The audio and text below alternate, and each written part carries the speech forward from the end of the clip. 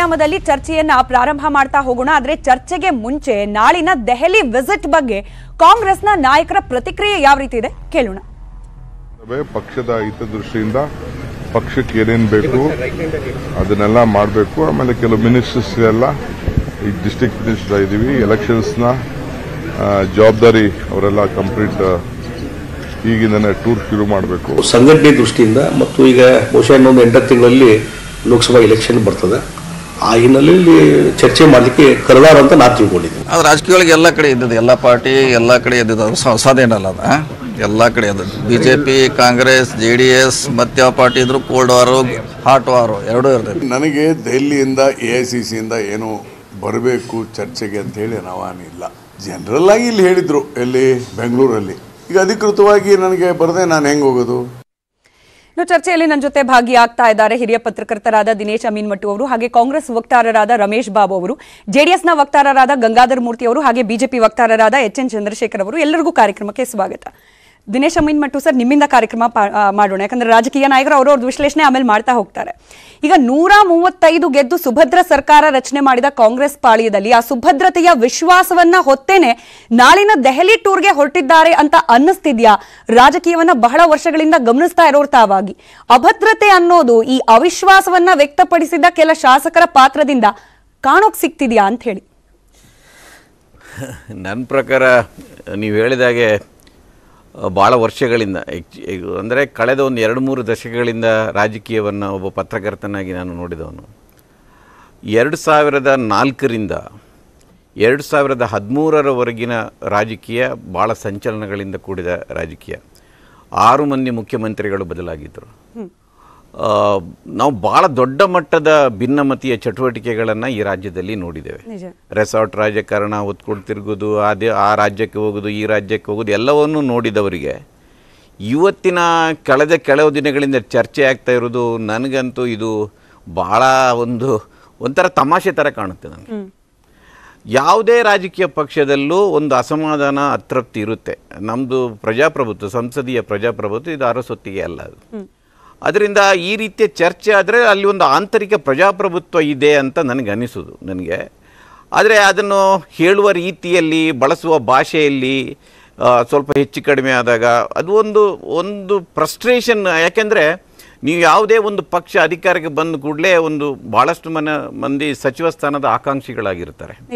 ಅದು ಸಿಗದಾಗ ಆ ಕ್ಷಣದಲ್ಲಿ ಅವರಿಗೆ ಅದನ್ನು ಅಸಮಾಧಾನವನ್ನು ವ್ಯಕ್ತಪಡಿಸಲಿಕ್ಕೆ ಆಗದೇ ಇದ್ದಾಗ ಇಂಥ ಒಂದು ಸಂದರ್ಭದಲ್ಲಿ ಅವರು ಅದನ್ನು ಹೊರಹಾಕ್ತಾರೆ.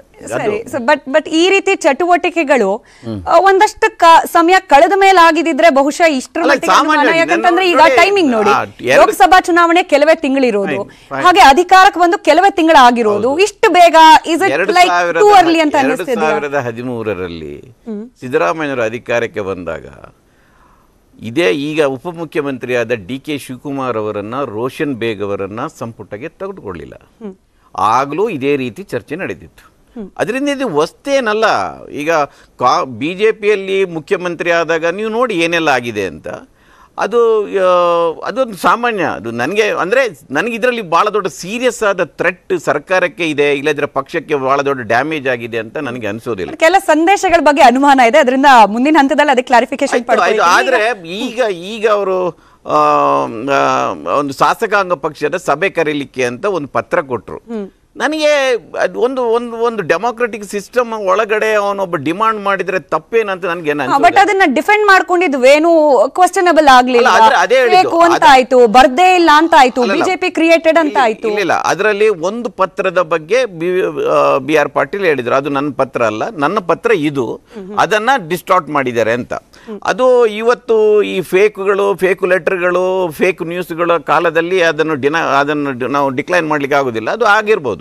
ಅದರಿಂದ ಬಹಳ ಸೀರಿಯಸ್. ಈಗ ಇದು ಸೀರಿಯಸ್ ಯಾವಾಗಂದ್ರೆ, ನನ್ನ ಪ್ರಕಾರ ಮುಖ್ಯಮಂತ್ರಿಗಳ ವಿರುದ್ಧ ಯಾರಾದರೂ ಮಾತಾಡಿದ್ರೆ ಇಲ್ಲದಿದ್ದರೆ ಅಂಥ ದೊಡ್ಡ ಇಶ್ಯೂಸನ್ನು ಒಂದು ಯಾವುದಾದ್ರೂ ಒಬ್ಬ ಪರ್ಟಿಕ್ಯುಲರ್ ಒಬ್ಬ ಮುಖ್ಯಮಂತ್ರಿ ಒಬ್ಬ ಸಚಿವನ ವಿರುದ್ಧ ಯಾರಾದರೂ ಓಕಲ್ ಆಗಿ ಓಪನ್ ಆಗಿ ಮಾತಾಡಿದ್ರೆ ಆಗ ಅದು ಒಳ್ಳೆ ಸೀರಿಯಸ್ ಆಗ್ತಿತ್ತು ಅಂತ. ಅಂದ್ರೆ ಅವಿಶ್ವಾಸ ಸ್ವಲ್ಪ ಮಟ್ಟಿಗೆ ಇದ್ರೂ ಕೂಡ ದೊಡ್ಡ ಮ್ಯಾಟರ್ ಅಲ್ಲ. ಅವಿಶ್ವಾಸಕ್ಕಿಂತಲೂ ಅಸಮಾಧಾನ ಇದೆ ಅನ್ನೋದು. ಸರಿ, ಹಾಗಾದ್ರೆ ಇವಾಗ ಬೇರೆ ಬೇರೆ ವರ್ಷನ್ ಗಳನ್ನ ನಾವು ವಿಶ್ಲೇಷಣೆ ಮಾಡೋಕ್ ಮುಂಚೆ ನಿಮ್ ವರ್ಷನ್ನೇ ಕೇಳ್ಬಿಡೋಣ ಸರ್. ನಾಳೆ ದೆಹಲಿ ವಿಸಿಟ್ ಯಾವ ಕಾರಣಕ್ಕೆ? ಇಲ್ಲಿ ಸಾಮರಸ್ಯದ ಕೊರತೆ ಆಗಿ ಸಮರದ ರೂಪ ಪಡೆದು ಅದಕ್ಕೆ ಮುಲಾಮ್ ಹಚ್ಚಿಸ್ಕೊಳ್ಳೋಕೆ ಅಲ್ಲ ಅಂತ ನೀವು ಹೇಳೋದಾದ್ರೆ ಹೇಗೆ ಹೇಳ್ತೀರಿ ಅಂತ ಹೇಳಿ. ಮೊದಲನೇದಾಗಿ 4 ರಾಜ್ಯಗಳ ಕಾಂಗ್ರೆಸ್ ಮುಖಂಡರ ಸಭೆಯನ್ನು ನಾಳೆ ದೆಹಲಿನಲ್ಲಿ ಲೋಕಸಭಾ ಚುನಾವಣೆಯ ಹಿನ್ನೆಲೆಯಲ್ಲಿ ಕರೆದಿದ್ದಾರೆ. ಸ್ವಾಭಾವಿಕ, ಮಾಧ್ಯಮಗಳಿಗೆ ಆಸಕ್ತಿ ಜಾಸ್ತಿ, ಜನರಲ್ಲಿ ಆಸಕ್ತಿ ಉಳಿಸ್ಬೇಕು ಅಂತೇಳಿ ಕೆಲವು ವಿಷಯಗಳನ್ನ ಇಲ್ಲಿ ಸೇರಿಸಿ ಚರ್ಚೆ ಮಾಡ್ತಾ ಇದ್ದೀರಾ. ಕಾಂಗ್ರೆಸ್ ಪಕ್ಷಕ್ಕೆ ಏನು ಅಭ್ಯಂತರ ಇಲ್ಲ. ಹಳೇ ಮಾತು ಕ್ಲೀಶೆ ಅನಿಸ್ಬೋದು, ಬಟ್ ಬೆಂಕಿ ಇಲ್ದಲೆ ಹೋಗಿ ಆಡಲ್ಲ ಸರ್. ನಾನು ಮಾತಾಡಕ್ ಬಿಟ್ರೆ ನನ್ನ ನೆನಪಾಯ್ತು ಹೇಳ್ದೆ ಅಷ್ಟೇ. ಅದು ನೀವು ಏನೀಗ ಬೆಂಕಿ ಇಲ್ದಲೆ ಒಗಾಡಲ್ಲ ಅಂತ ಹೇಳ್ತೀರಾ, ಅದು ಮಾಧ್ಯಮಗಳಿಗೂ ಅನ್ವಯಿಸುತ್ತೆ, ನಾಟ್ ಓನ್ಲಿ ಪೊಲಿಟಿಕಲ್ ಪಾರ್ಟಿ. ಅದನ್ನು ನಿಮ್ಮನ್ನು ಸೇರಿಸ್ಕೊಂಡು ಹೇಳ್ತೀನಿ. ನಾನು ಇಲ್ಲಿ ಬಂದಿರೋದೇ ದಯಮಾಡಿ ನಾನು ಇಲ್ಲಿ ಬಂದಿರೋದೇ ನಮ್ಮ ಪಕ್ಷದ ಪರವಾಗಿ ಉತ್ತರ ಕೊಡೋದಕ್ಕೆ. ನಿಮ್ಮೆಲ್ಲ ಟೀಕೆಗಳನ್ನ, ನಿಮ್ಮೆಲ್ಲ ಚರ್ಚೆಗಳನ್ನ ಸ್ವೀಕಾರ ಮಾಡ್ಕೊಂಡು ನಾನು ಜವಾಬ್ದಾರಿಯಿಂದ ಹೇಳ್ತಾ ಇದ್ದೀನಿ. ನಾಳೆಯ ಸಭೆ ಪೂರ್ವ ನಿಯೋಜಿತವಾದಂಥ ಸಭೆ. ತಾವೇನಿಗೆ ಚರ್ಚೆ ಮಾಡ್ತಾ ಇದ್ದೀರಾ, ಇವತ್ತೇನು CLP ಸಭೆ ಆಯಿತು, ಕೆಲವು ಶಾಸಕರ ಪತ್ರ ಏನು ಬರೆದಿದ್ದಾರೆ, ಅದಕ್ಕೂ ನಾಳೆ ದೆಹಲಿಯಲ್ಲಿ ನಡೀತಾ ಇರ್ತಕ್ಕಂಥ ಸಭೆಗೂ ಯಾವುದೇ ಸಂಬಂಧ ಇಲ್ಲ. ನಾನು ಕಾಂಗ್ರೆಸ್ ಪಕ್ಷದ ಪರವಾಗಿ ಭಾಳ ಸ್ಪಷ್ಟವಾಗಿ ಹೇಳ್ತಾ ಇದ್ದೇನೆ. ಇಲ್ಲಿ ಬೆಂಗಳೂರಿನಲ್ಲಿ ಏನು ಇಂಡಿಯಾ ಒಂದು ಸಂಘಟನೆ, ಪಕ್ಷದ ವಿರೋಧ ಪಕ್ಷಗಳ ಒಂದು ಸಂಘಟನೆ ಮೀಟಿಂಗ್ ಏನಾಯಿತೋ ಆ ಕಾರಣಕ್ಕೆ ಆ ಲೋಕಸಭಾ ಚುನಾವಣೆ ಹಿನ್ನೆಲೆಯಲ್ಲಿ ನಿಗದಿಯಾಗಿದ್ದಂಥ ಸಭೆ 2 ಸಲ ಮುಂದಕ್ಕೆ ಹೋಯಿತು. ಬರೀ ಕರ್ನಾಟಕದ ಸಚಿವರನ್ನ ಅಥವಾ ಮುಖ್ಯಮಂತ್ರಿಗಳನ್ನ ಅಥವಾ ಕಾಂಗ್ರೆಸ್ ಪಕ್ಷದ ಮುಖಂಡರನ್ನ ಕರೆದು ಸಭೆ ಮಾಡ್ತಾ ಇಲ್ಲ. ದಕ್ಷಿಣದ 4 ರಾಜ್ಯ, ಕರ್ನಾಟಕ, ಕೇರಳ, ತೆಲಂಗಾಣ, ಆಂಧ್ರ ಪ್ರದೇಶದ 4 ರಾಜ್ಯಗಳ ಸಭೆಯನ್ನು ನಿಗದಿ ಮಾಡಿದ್ದಾರೆ ಲೋಕಸಭಾ ಚುನಾವಣೆಯ ಹಿನ್ನೆಲೆಯಲ್ಲಿ. ಉಳಿದಂಥ ಚರ್ಚೆ ತಾವೇನೇ ಮಾಡಿದ್ರು ನಾನು ಅದಕ್ಕೆ ನಿರಾಕರಣೆ ಮಾಡೋದಿಲ್ಲ. ಚರ್ಚೆ ಆಗಬೇಕು, ಇಲ್ಲ ಅಂತ ಹೇಳೋದಿಲ್ಲ. ಪ್ರಶ್ನೆಯಾಗಿ ನಾನು ಬಿಜೆಪಿ ಅವ್ರನ್ನೇ ಕೇಳ್ತೀನಿ ಸರ್. ಲೋಕಸಭಾ ಚುನಾವಣೆಗೆ ಪಾಠನೇ ಹೇಳಿಸ್ಕೊಳಕ್ ಹೋಗ್ತಿದ್ದಾರೆ ಅಂತ ಅನ್ಕೊಳ್ಳೋಣ, ಅಥವಾ ಅವರಲ್ಲಿ ಸಾಮರಸ್ಯದ ಕೊರತೆ ಇದೆ ಅದಕ್ಕೆ ಮುಲಾಮ್ ಹಚ್ಚಿಸ್ಕೊಳ್ಳೋಕೆ ಹೋಗ್ತಿದ್ದಾರೆ ಅಂತ ಅನ್ಕೊಳ್ಳೋಣ. ನಿಮ್ ಪಕ್ಷದಲ್ಲಿ ಒಬ್ಬ ನಾಯಕನನ್ನೇ ಇನ್ನೂ ಗುರುತಿಸಿಲ್ಲ, 1 ಸ್ಟೆಪ್ ಅಹೆಡ್ ಇದ್ದಾರೆ ಕಾಂಗ್ರೆಸ್ನವರು. ಅದಕ್ಕೆ ಬಿಜೆಪಿಗೆ ತಳಮಳ ಆಗ್ತಾ ಇದೆ. ಹಾಗಾಗಿನೇ ಫೇಕ್ ಲೆಟರ್ ಬೇರೆ ಕ್ರಿಯೇಟ್ ಮಾಡಿದ್ರಂತೆ BR ಪಾಟೀಲ್ರ ಹೆಸರಲ್ಲಿ. ಹೇಗೆ ಸಮರ್ಥಿಸ್ಕೊಳ್ತೀರಿ ನೀವು ಈ ವಾದಾನ ಅಂತ? ಈ ಇರುಳುಗಾಯಿಲೆ ಇರೋರು ಸುಳ್ಳೇಳು ಮದುವೆ ಆಗಿಬಿಟ್ಟಿರ್ತಾರೆ, ಬೆಳಗ್ಗೆ ಎದುಳೋಷ್ಟೊತ್ತಿಗೆ ಅವನ ಯೋಗ್ಯತೆ ಗೊತ್ತಾಗ್ಬಿಡುತ್ತೆ. ಈ ಕಾಂಗ್ರೆಸ್ ಹಂಗೆ ಆಗಿದ್ದು. ಇವ್ರಿಗೆ ಒಂದು ಏನು ಘಟನೆ ನಡೆಯುತ್ತೆ ಅದಕ್ಕೆ ಬೇರೆ ಇಟ್ಕೊಂಡೇ ಹೋಗೋದು, ಮತ್ತೆ ಸಿಗಾಕೊಂಡಾಗ ಆಗ ಉಲ್ಟಾ ಹೊಡಿಯೋದು. ಪತ್ರದ ವಿಚಾರ ನೀವು ಮಾತಾಡಿದ್ರಿ, ಆವಾಗ ಏನು ಹೇಳಿದ್ರು, ಆಂತರಿಕ ಪ್ರಜಾಪ್ರಭುತ್ವ ಅಂದರು. ಪತ್ರ ಇಲ್ಲವೇ ಇಲ್ಲ ಅಂದರು, SP ಗೆ ಕಂಪ್ಲೇಂಟ್ ಕೊಟ್ಟಿದ್ದೀನಿ ಅಂದರು. ಆಮೇಲೆ ಪತ್ರ, ಹಾಗಾದರೆ ನಿಜವಾದ ಪತ್ರ ತೋರಿಸಿ ಸ್ವಾಮಿ ನೀವು. ಈಗ BR ಪಾಟೀಲ್ ಅಂತಹ ಒಬ್ಬ ಸೀನಿಯರು ಏನಂತ ಹೇಳ್ತಾರೆ, ನಾನು ರಾಜೀನಾಮೆ ಬೇಕಾದ್ರೆ ಬಿಸಾಕ್ಬಿಟ್ಟು ಆಚೆ ಕಡೆ ಹೋಗ್ತೀನಿ ಅಂತ ಹೇಳ್ತಾರೆ. ನೀವು ಅದರಲ್ಲಿ ಆ ಸಭೆ ಒಳಗಡೆಗೆ, ಆ ಸಭೆ ಇನ್ನೊಂದು ಮಜಾ ನೋಡಿ, AICC ಅಧ್ಯಕ್ಷರಾದಂಥ ಖರ್ಗೆ ಅವರು ಬರ್ತಾರೆ ಆ ಸಭೆ ಒಳಗಡೆಗೆ. ಮೋಸ್ಟ್ಲಿ ಬಹಳ ಇತಿಹಾಸದೊಳಗಡೆಗೆ ಮೊದಲನೇ ಬಾರಿ ಅನಿಸಿದೆ ಕರ್ನಾಟಕದ CLPಗೆ. ಹಾಗಾದರೆ CLP ಯಾರ ವಿರುದ್ಧವಾಗಿ ಕರೆದ್ರು ಅದನ್ನು? ಅಸಮಾಧಾನ ಯಾರ ವಿರುದ್ಧವಾಗಿ ಬಂತು? ಅಲ್ಲಿ ನೀವು ಇಂಡಿ ಶಾಸಕರು ಮಾತಾಡಿದ್ದು ನೋಡ್ಬೇಕಾಗಿತ್ತು. ಯಶವಂತ ಪಾಟೀಲ್ರು ಒಬ್ಬ ಬ್ರೋಕರ್ ಬಂದು ಕೇಳ್ತಾನೆ ರೀ, ನನಗೆ ಗ್ರಾಮೀಣಾಭಿವೃದ್ಧಿ ಇಲಾಖೆ ಅನುದಾನ ಕೊಡಿಸ್ತೀನಿ ಅಂತೇಳಿ ಅಂತ ಬ್ರೋಕರ್ ಬಂದು ಮಾತಾಡ್ತಾನೆ ಅಂತ ಹೇಳ್ತಾರೆ. ಅಂದರೆ ಅಲ್ಲಿ ಒಬ್ಬೊಬ್ಬರು ಮಾತಾಡಿದ್ದಲ್ಲ, ನಾಡಗೌಡರು ಮಾತಾಡಿದ್ರು, ಎಲ್ಲರೂ ಅಲ್ಲಿ ಬ್ರೋಕರ್ ಬಂದಿದ್ದ 4 ವಿಷಯಗಳು ಪ್ರಮುಖವಾಗಿ ಬಂತು. ಮೊದಲನೇದು ಮಂತ್ರಿಗಳ ದುರಾಂಕಾರ, 2ನೇದು ನೀವು ಅನುದಾನ ಕೊಡಲ್ಲ, 3ನೇದು ಯಾರೋ ಏನು ವರ್ಗಾವಣೆ ದಂಧೆ, 4ನೇದು ಅಲ್ಲಿ ನಡೀತಿರ್ತಕ್ಕಂಥ ಭ್ರಷ್ಟಾಚಾರ. ನೋಡಿ, ಈ ಮೊದಲನೇದು ಅನುದಾನದ ವಿಚಾರ ಬಂದಾಗ ಅವರೇ ಕೇಳಿದ್ರು, ಏನಂತ ನೀವು ಪ್ರಾಮಿಸ್ ಮಾಡಿದ್ರಿ ನೀವು ಹೋದ ಸರಿ ಚುನಾವಣೆ ಒಳಗಡೆಗೆ, ಅಥವಾ ಬಜೆಟಲ್ಲಿ ಏನಂತ ಘೋಷಣೆ ಮಾಡಿದ್ರಿ? ಸಿದ್ದರಾಮಯ್ಯನವರ ಮೊದಲನೇ ಏನು ವಾಕ್ಯ ಏನು ಬಂತು ಬಜೆಟ್ ಓದ್ಬೇಕಾದ್ರೆ, ಕರ್ನಾಟಕ ಸುಭಿಕ್ಷವಾಗಿದೆ. BJP ಸರ್ಕಾರ ಬಿಟ್ಟೋಗ್ಬೇಕಾದ್ರೆ 41,000 ಸರ್ಪ್ಲಸ್ ಅಮೌಂಟ್ ಇತ್ತು. ನೀವು ಅದರಲ್ಲಿ ಈಗ ಇಡೀ ಇದನ್ನು ಅದರಲ್ಲೇ ಕೊಟ್ಬಿಡ್ಬೋದಾಗಿತ್ತು. ಹಾಗಾದರೆ ಅನುದಾನವನ್ನು ಯಾಕೆ ಕೇಳ್ತೀರಿ? ಶಾಸಕರನ್ನು ಯಾವ ಕಾರಣಕ್ಕೋಸ್ಕರ ಬಗ್ಗೆ ಇಷ್ಟೆಲ್ಲ ಮಾತನಾಡ್ತಿದ್ರೆ ನಾನು ಅನ್ಕೊಂಡೆ ರಮೇಶ್ ಬಾಬು ಸರ್ ಕೌಂಟರ್ ಮಾಡ್ತಾರೆ ಅಂತ ಹೇಳಿ ಅವ್ರು ಡಿಸೈಡ್ ಮಾಡಿದ್ದಾರೆ. ಬೇರೆಯವ್ರು ಮಾತಾಡುವಾಗ ನಾನು ಮಾತಾಡೋದಿದ್ರ CLP ಮೀಟಲ್ ಹಿಂಗೆ ಆಯ್ತು ಅಂತ ಹೇಳಿ ಬಿಜೆಪಿಗೆ ಹೆಂಗ್ ಗೊತ್ತಾಯ್ತು, ನೀವಿದ್ರ ಅನ್ನೋ ಪ್ರಶ್ನೆ ಅವ್ರು ಕೇಳಬಹುದು ಅನ್ನೋ ನಿರೀಕ್ಷೆ ಇತ್ತು, ಅವ್ರು ಕೇಳಲಿಲ್ಲ. ನಾನು ಹೇಳ CLP ಮೀಟಲ್ಲಿ ಯಾರ್ಯಾರು ಮಾತಾಡಿದ್ರು, ಹುನಗುಂದ ಶಾಸಕರು ಏನ್ ಮಾತಾಡಿದ್ರು, ಕಂಪ್ಲಿ ಗಣೇಶ್ ಏನ್ ಮಾತಾಡಿದ್ರು, ಈ PM ಯಾರು ನರೇಂದ್ರ ಸ್ವಾಮಿ ಏನ್ ಮಾತಾಡಿದ್ರು, ಏನೇನು ಮಾತಾಡಿದ್ರು ಅಂತೇಳಿ ಪೂರ್ತಿ ಇದ್ರೊಳಗಡೆ ಬಂದಿರ್ತಕ್ಕಂಥದ್ದು, ಪತ್ರಿಕೆಯಲ್ಲಿ ವರದಿ ಬಂದಿರ್ತಕ್ಕಂಥದ್ದು, ಎಲ್ಲರೂ ಮಾತಾಡ್ತಿರ್ತಕ್ಕಂಥದ್ದು ನೇರವಾಗಿ ಮಂತ್ರಿಗಳನ್ನ ಗುರಿ ಇಟ್ಕೊಂಡು. ಈಗ ನಮ್ಮ ಪತ್ರಕರ್ತರು ಮಾತಾಡ್ತಾ ಹೇಳಿದ್ರು ಮುಖ್ಯಮಂತ್ರಿಗಳ ಮೇಲೆ ಅಸಮಾಧಾನ, ಮತ್ತೆ ಯಾರ ಮೇಲೆ ಅಸಮಾಧಾನ? CLP ಯಾರ ಮೇಲೆ ಅಸಮಾಧಾನ ತೋರಿಸೋದಕ್ಕೆ? ಮಂತ್ರಿಗಳ ಮೇಲೆ ಅಸಮಾಧಾನ ಅಂತ ಹೇಳಿದ್ರೆ ಮಂತ್ರಿ ಮಂಡಲದ ಮೇಲೆ ಅಸಮಾಧಾನ. ಪ್ರಜಾಪ್ರಭುತ್ವ ವ್ಯವಸ್ಥೆ ಅಸ್ತಿತ್ವದಲ್ಲಿ ಇದೆ ಅನ್ನೋದಕ್ಕೆ ಸಾಕ್ಷಿ. ಅರೆ ನಿಮ್ಮಲ್ಲಿ ನಿಮ್ಮ ಪಕ್ಷದಲ್ಲಿ ಸಭೆ ಆದಾಗ ಅಸಮಾಧಾನಗಳು ಬರೋದಿಲ್ವಾ? ಯಾವುದಾದ್ರೂ ಪಕ್ಷದ ವಿರುದ್ಧವಾಗಿ ಯಾವ್ದಾದ್ರು ಅಸಮಾಧಾನ ಬಂದಿದ್ಯಾ? ಪಕ್ಷದ ನಾಯಕನ ವಿರುದ್ಧವಾಗಿ ಅಸಮಾಧಾನ ಬಂದಿದ್ಯಾ? ಲೇಟ್ ಇವತ್ತು ಮಾಡ್ತಾರೋ ನಾಳೆ ಮಾಡ್ತಾರೋ ಬೇರೆ ಪ್ರಶ್ನೆ. ನೋಡಿ, ಮುಖ್ಯಮಂತ್ರಿಗಳ ಮೇಲೆ ಅಸಮಾಧಾನ ಇಲ್ವಂತೆ. ಹಾಗಾದ್ರೆ ಹರಿಪ್ರಸಾದ್ ಯಾರ ವಿಷಯ ಮಾತಾಡಿದ್ರು? ಈಗ ಹೊಸ ವ್ಯಾಖ್ಯಾನ ಬೇರೆ, ಅಂತರಂಗ ಬಹಿರಂಗ. ಕ್ಯಾಮ್ರಾ ಇಲ್ದಿದ್ರೆ ಮಾತಾಡೋದೇ ಬೇಡಿತ್ತು. ಹಂಗಾರೆ ಅವತ್ತು ರಾತ್ರಿ ಇವ್ರು ಮನೆಗೆ ಹೋದ್ರಲ್ಲ, ಹರಿಪ್ರಸಾದ್ ಅವ್ರ ಮನೆಗೆ ಹೋದ್ರಲ್ಲ, ಇವರು DK ಶಿವಕುಮಾರ್ ಹೋದ್ರು, ಮುನಿಯಪ್ಪನವ್ರು ಹೋದ್ರು, ಅದ್ರ ಜೊತೆಗೆ BL ಶಂಕರ್ ಹೋದ್ರು. ಏನ್ ಮಾತಾಡೋದು ಸ್ವಾಮಿ ನೀವಲ್ಲ ಒಳಗಡೆಗೆ? ಇನ್ನೇನು ಮಾತಾಡೋದು ಉಳಿದಿದೆ? ಮುಖ್ಯಮಂತ್ರಿಗಳ ಮೇಲೆ ಮಾತಾಡಾಯ್ತು, ಮಂತ್ರಿಮಂಡಲದ ಮೇಲೆ ಮಾತಾಡಾಯ್ತು. ಮಾತಾಡ್ತಿರೋರು ವಿರೋಧ ಪಕ್ಷಗಳೆಲ್ಲ ಪೇಪರ್ ಅವರಲ್ಲ, ಅವ್ರದೇ ಪಕ್ಷದವರು. ಇನ್ನೇನು ಉಳಿದಿದೆ ನಿಮ್ಗೆ ಕಾಂಗ್ರೆಸ್ದು? ಇವಾಗ ನಾಳೆ ಸಭೆಗೆ ಹೇಳ್ತಾ ಇದ್ದಾರೆ, ಆಗ್ಲೇನೆ ಲೋಕಸಭೆಗೋಸ್ಕರ ಅಂತಾರೆ. ಹಂಗಾದ್ರೆ ಇವಾಗ ನಾಳೆ ದೆಹಲಿಗೆ ಹೋಗ್ತಾ ಇರೋದು ಈ ಎಲ್ಲ ಅಸಮಾಧಾನಗಳಿಗೆ ಮುಲಾಮ್ ಹಚ್ಚಿಸ್ಕೊಂಡು ಬರಕ್ಕೆ ಅನ್ನೋದು ಬಿಜೆಪಿ ವಾದನ. ಹಾಗಾದ್ರೆ ಒಂದು ಆ CLP ಸಭೆ ಮುಗಿದ್ಮೇಲೆ ಏನ್ ಹೇಳಿದ್ರು? ಭಿನ್ನಮತ ಮುಗಿದಿದೆ. ಅರ್ಥ ಏನು? ಭಿನ್ನಮತ ಇತ್ತು. ಭಿನ್ನಮತ ಮುಗಿದಿದೆ ಅಂತಕ್ಕಂಥ ಪದ ಬಂದ ಮೇಲೆ BR ಪಾಟೀಲ್ ರಾಜೀನಾಮೆ ಎಪಿಸೋಡ್ ಬಂದಿದ್ದು. ಅದಾದ್ಮೇಲೆ ಬೇರೆ ಅವ್ರದ್ದು ಏನು ಇದು ಬಂದಿದ್ದು. ಹರಿಪ್ರಸಾದ್ ಅವರು ಯಾವುದೇ ಕಾರಣಕ್ಕೂ ವಾಪಸ್ ತಗೊಳ್ಳಲ್ರಿ, ಹೇಳಿದ್ರೆ ನಿಜ ಅಂತ. ಹರಿಪ್ರಸಾದ್ ಎಲ್ಲವೂ ಭಿನ್ನಮತ ಮುಗಿದಿದೆ ಅಂತ ಅಫಿಷಿಯಲ್ ಸ್ಟೇಟ್ಮೆಂಟ್ ಬಂದ್ಮೇಲೆ ಸ್ವಾಮಿ, ಹಾಗಾದ್ರೆ ದಿಲ್ಲಿವರೆಗೂ ಯಾಕೆ ತಗೊಂಡೋದು? ಇಲ್ಲಿವರೆಗೂ ಯಾರು ಸಮಾಧಾನ ಆಗಿದ್ದಾರೆ? ಇಲ್ಲಿರ್ತಕ್ಕಂಥ ಈ 35 ಜನ ಶಾಸಕರಿಂದ ಯಾರಾದ್ರೂ ಹೌದು ನಮ್ಗೆ ಸಂಪೂರ್ಣವಾಗಿ ಸಮಾಧಾನ ಆಗಿದೆ, ನಮ್ಗೆ ಮುಖ್ಯಮಂತ್ರಿ ಮೇಲೆ ನಂಬಿಕೆ ಇದೆ, ಯಾವ ಭ್ರಷ್ಟಾಚಾರಗಳು ಅಂತ ಯಾರಾದ್ರೂ ಒಬ್ಬರು ಸ್ಟೇಟ್ಮೆಂಟ್ ಕೊಟ್ಟಿದ್ದಾರಾ? ಒಬ್ಬರ ಏನು ಅಸಮಾಧಾನ? ದೆಹಲಿಗೆ ಹೋಗ್ತಿರೋದು ಕೇವಲ ಲೋಕಸಭಾ ಚುನಾವಣೆ ವಿಚಾರಕ್ಕೆ ಮಾತ್ರ ಅಲ್ಲ, ಈ ಆಂತರಿಕ ಸಮರದ್ದು ಪ್ರಸ್ತಾಪ ಆಗುತ್ತೆ ಅನ್ನೋದು. ಅದನ್ನೇ ಆಮೇಲೆ ಪತ್ರ ಇದೆ ಅಂತ ಒಪ್ಕೊಂಡ್ರು, ನಾಳೆ ಲೋಕಸಭೆ ಅಂತ ಹೇಳ್ತಾರೆ, ನಾಳೆ ಚರ್ಚೆ ಮಾಡೋದು. ರಮೇಶ್ ಬಾಬು ಸರ್ ಉತ್ತರ ಕೊಡ್ಲಿ. ಗಂಗಾಧರ್ ಮೂರ್ತಿ ಸರ್, ನೀವು ಕೂಡ ವಿರೋಧ ಪಕ್ಷದ ಸ್ಥಾನದಲ್ಲೇ ಇದ್ದೀರಿ, ಲೆಸ್ ನಂಬರ್ಸ್ ಇದ್ರೂ ಕೂಡ ನೀವು ಯಾವ ರೀತಿ ಗಮನಿಸ್ತಿದ್ದೀರಿ? ಈಗ ಮಟ್ಟು ಸರ್ ಕೂಡ ಹೇಳಿದ್ರು ಅಸಮಾಧಾನ ಎಲ್ಲಾ ಪಕ್ಷದಲ್ಲಿ ಇದ್ದೇ ಇರುತ್ತೆ, ಹಾಗಿದ್ರೇನೆ ಡೆಮೋಕ್ರೆಟಿಕ್ ವೇ ಅಲ್ಲಿ ಪಕ್ಷ ವರ್ಕ್ ಆಗ್ತಿದೆ ಅನ್ನೋದು ಗೊತ್ತಾಗುತ್ತೆ. ತಪ್ಪೇನಿದೆ? ಅಸಮಾಧಾನ ಇಲ್ಲ ಅಂತಾರೋ ಇದೆ ಅಂತಾರೋ ಕಾಂಗ್ರೆಸ್ನವರು, ಇದರಿಂದ ಕಳ್ಕೊಳ್ಳೋದೇನಿದೆ? ಸರ್ಕಾರ ಆಡಳಿತ ವ್ಯವಸ್ಥೆ ಸರಿಯಾಗಿ ನಡಿಬೇಕು, ಅದಾಗ್ತಿದೆಯೋ ಇಲ್ಲೋ ಅನ್ನೋದು ಮಾನಿಟರ್ ಮಾಡೋದು ವಿರೋಧ ಪಕ್ಷಗಳ ಜವಾಬ್ದಾರಿ. ಅವ್ರವ್ರಲ್ಲಿ ಅದ್ರ ಪ್ರಾಬ್ಲಮ್ ಇದ್ರೆ ಅವ್ರವ್ರು ಸಾಲ್ವ್ ಮಾಡ್ಕೊಳ್ತಾರೆ. ದೆಹಲಿಗೆ ಹೋಗಾದ್ರೂ ಮಾಡ್ಕೊಳ್ತಾರೆ, ಬೆಂಗಳೂರಿನಲ್ಲಾರು ಮಾಡ್ತಾರೆ. What's the problem? ಕಳೆದ 2019ಕ್ಕೆ ಸ್ವಲ್ಪ ಹಿಂದಕ್ಕೆ ಹೋಗ್ತೀನಿ ನಾನು, 18ಕ್ಕೆ ಮಾನ್ಯ ಕುಮಾರಸ್ವಾಮಿಯವರು ಮತ್ತು ಪರಮೇಶ್ವರ್ ಅವರ ನೇತೃತ್ವದ ಸಮ್ಮಿಶ್ರ ಸರ್ಕಾರ ಇದ್ದಾಗ 14 ತಿಂಗಳು ಏನೂ ಅಸಮಾಧಾನದ ಒಂದು ಸಣ್ಣ ಹೊಗೆನೂ ಇಲ್ಲದೆ, ಮತ್ತು ಜೊತೆಗೆ ಯಾವ ಶಾಸಕರು ಒಂದು ಮುಖ್ಯಮಂತ್ರಿಗಾಗಲಿ ಪತ್ರ ಬರೀದಲೆ 14 ತಿಂಗಳಾದಮೇಲೆ ಸರ್ಕಾರ ಹೋಯಿತು. ಸರ್ಕಾರ ಹೋದಂಥ ಸಂದರ್ಭದಲ್ಲಿ ಕಾಂಗ್ರೆಸ್ ನಾಯಕರು ಹೇಳಿದ್ದೇನು ಅಂತಂದರೆ, ಮಾನ್ಯ ಮುಖ್ಯಮಂತ್ರಿ ಕುಮಾರಸ್ವಾಮಿಯವರು ಶಾಸಕರ ಕೈಗೆ ಸಿಗ್ತಾ ಇರಲಿಲ್ಲ, ಶಾಸಕರೆಲ್ಲ ಅಸಮಾಧಾನಗೊಂಡು ಕಾಂಗ್ರೆಸ್ಸಿಂದ JDSಯಿಂದ ಪಾರ್ಟಿ ಬಿಟ್ಟೋದ್ರು, ಸರ್ಕಾರ ಹೋಯಿತು ಅಂತ ಹೇಳ್ತಿದ್ರು. ಆದರೆ ಇವತ್ತಿನ ಪರಿಸ್ಥಿತಿಯಲ್ಲಿ ಅಬ್ಸಲ್ಯೂಟ್ ಮೆಜಾರಿಟಿ ಇರ್ತಕ್ಕಂಥ ಕಾಂಗ್ರೆಸ್ ಸರ್ಕಾರ, ಸಿದ್ದರಾಮಯ್ಯನವರ ನೇತೃತ್ವದಲ್ಲಿರ್ತಕ್ಕಂಥ ಸರ್ಕಾರ, ಕೇವಲ 1.5-2 ತಿಂಗಳಲ್ಲಿ 33ಕ್ಕೂ ಹೆಚ್ಚು ಶಾಸಕರು ಅಸಮಾಧಾನದಿಂದ ಶಾಸಕಾಂಗದ ಸಭೆ ಕರಿ ಅಂತ ಹೇಳಿದ್ರು, ಅಥವಾ ವರ್ಗಾವಣೆ ವಿಚಾರದಲ್ಲಿ ಸಭೆ ಕರಿ ಅಂತ ಹೇಳಿದ್ರು, ಅದು ನಮಗೆ ಗೊತ್ತಿಲ್ಲ. ಸಾರ್ವಜನಿಕವಾಗಿ ಬಂದ ಒಂದು ಪತ್ರ, BR ಪಾಟೀಲ್ ಅವರ ನೇತೃತ್ವದಲ್ಲಿ ಬಂದಂಥ ಪತ್ರ, ಫಸ್ಟ್ ಪೇಜಲ್ಲಿದ್ದಂಥ 11 ಜನ ಶಾಸಕರುಗಳ ಸಹಿ ಇದ್ದಂಥ ಪತ್ರ ಬಹಿರಂಗಗೊಳ್ತು. ಫಸ್ಟು ಬೆಳಗ್ಗೆ BR ಪಾಟೀಲ್ ಅವರು ಹೇಳೋದು ಬರೆದಿದ್ದು ನಿಜ ಅಂತ ಹೇಳಿದ್ರು. ಸಂಜೆ ರಾಯ್ ರೆಡ್ಡಿ ಅವರು ನನಗೆ BR ಪಾಟೀಲ್ ಬಂದು ಒಂದು ಪತ್ರಕ್ಕೆ ಸೈನ್ ಕೇಳಿದ್ರು, ನಾನು ಹಾಕಿದ್ದೀನಿ ಅಂತ ಹೇಳಿದ್ರು. ಅದಾದಮೇಲೆ ನರೇಂದ್ರ ಸ್ವಾಮಿ ಒಂದು ಸ್ಟೇಟ್ಮೆಂಟ್ ಮಾಡಿದ್ರು. ಇವರೆಲ್ಲ ಸ್ಟೇಟ್ಮೆಂಟ್ ಮಾಡಿದ್ಮೇಲೆ ಅದು ಯಾವಾಗ ವಿಷಯ ಕಾವೇ ಇರ್ತೋ ಸಂಜೆ ಅಷ್ಟೊತ್ತಿಗೆ BR ಪಾಟೀಲರು ಅದು ಪತ್ರ ನನ್ನದಲ್ಲ, ಪತ್ರ ನಾನು ಬರದೇ ಇಲ್ಲ, ಫೇಕ್ ಪತ್ರ, ಅದು ನಂದು ಹಳೆ ಮನೆ ಅಡ್ರೆಸ್ಸಲ್ಲಿದ್ದಂಥ ಪತ್ರ, ಅದು ಆ ಪತ್ರದ ಮೇಲೆ ನಾನು ಫೇಕ್ ಪತ್ರಕ್ಕೆ ಕಂಪ್ಲೇಂಟ್ ಕೊಡ್ತೀನಿ ನಾನು ಅಂದರು. ಅದಾದಮೇಲೆ ನೀವು ಬರೆದ ಪತ್ರ ಯಾವುದು ಅಂತ ಯಾವುದು ಬಹಿರಂಗಗೊಳಿಸಲೇ ಇಲ್ಲ, ಇವತ್ತಿನವರೆಗೂ ಬಹಿರಂಗಗೊಂಡಿಲ್ಲ. ಒಂದು ಫೇಕ್ ಪತ್ರ ಇರೋದಾದರೆ ಒಂದು ಒರಿಜಿನಲ್ ಪತ್ರ ಯಾವುದು ಅಂತ ಆಚೆ ಬರಬೇಕು. ಪತ್ರ ಬರೆದಿಲ್ಲ ಅಂದ್ರೆ ಪತ್ರ ಬರದೆ ಅಂತ ಒಪ್ಕೊಂಡ್ರು. ಅದಾದ ಇಮ್ಮಿಡಿಯೇಟಾಗಿ ನನಗೆ ಗೊತ್ತಿಲ್ಲ, ಕಾಂಗ್ರೆಸ್ ಪಾರ್ಟಿಯ 136 ಶಾಸಕರು 135 ಗೆದ್ದಿರ್ತಕ್ಕಂಥ ಅದ್ಭುತ ಮೆಜಾರಿಟಿ ಇರ್ತಕ್ಕಂಥ ಶಾಸಕಾಂಗ ನಾಯಕರಿಗೆ ಕೇವಲ 2 ತಿಂಗಳಲ್ಲಿ ಶಾಸಕಾಂಗದ ಪಕ್ಷದ ಸಭೆ ಕರೆಯುವಂಥ ತುರ್ತೇನಿತ್ತು, ಪತ್ರ ಬರೆದು ಬರೆಯುವಂಥ ತುರ್ತೇನಿತ್ತು, ಅಲ್ಲಿ ಆ ಸಭೆಯಲ್ಲಿ ಚರ್ಚೆ ಆದಂಥ ವಿಷಯಗಳು ಯಾವುದು?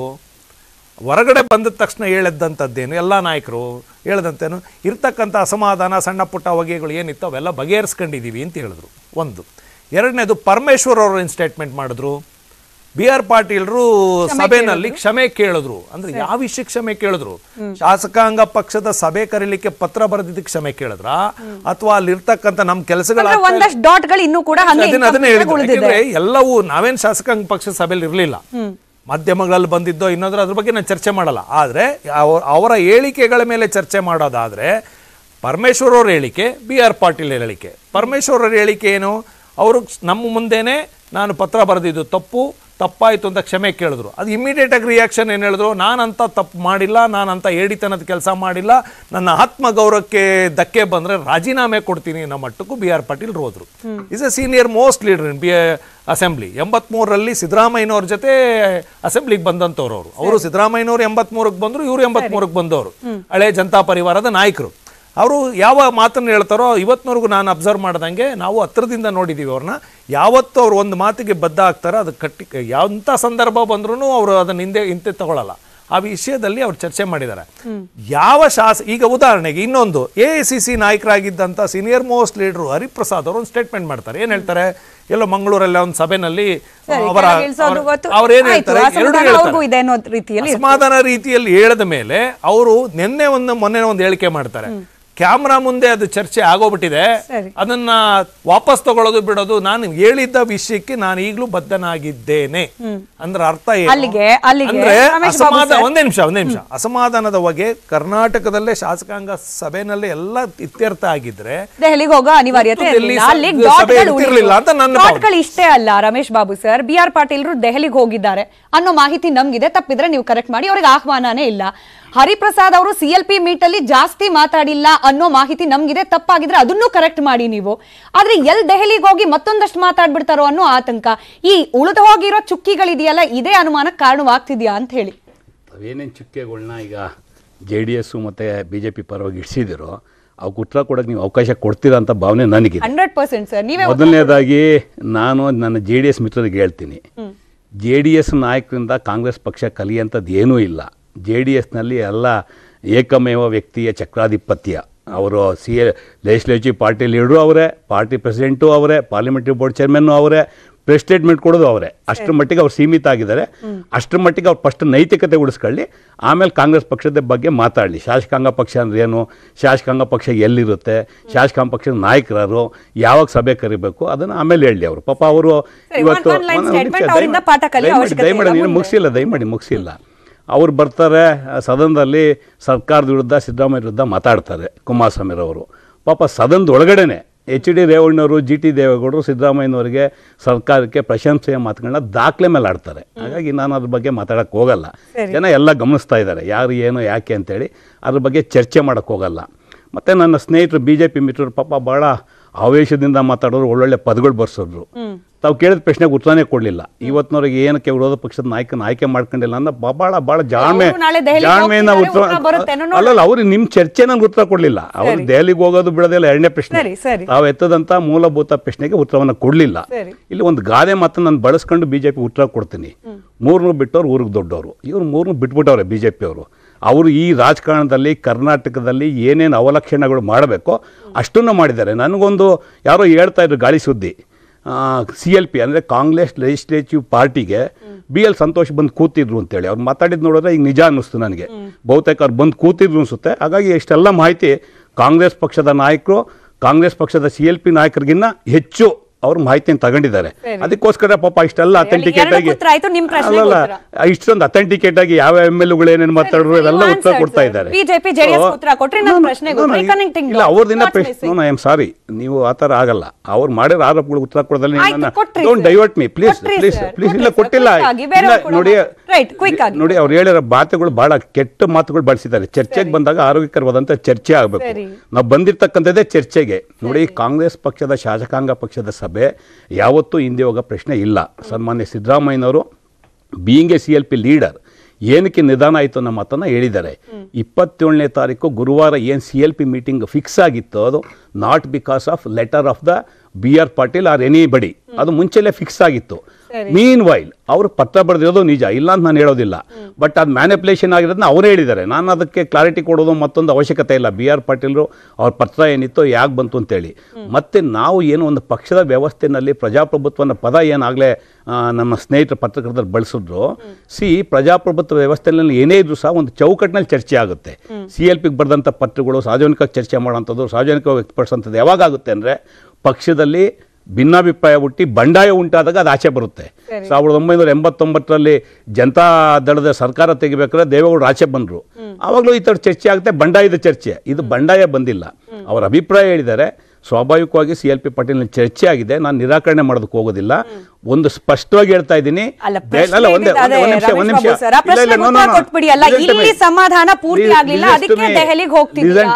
ಅದಕ್ಕೆ ಬರ್ತಾ ಇದ್ದೀನಿ.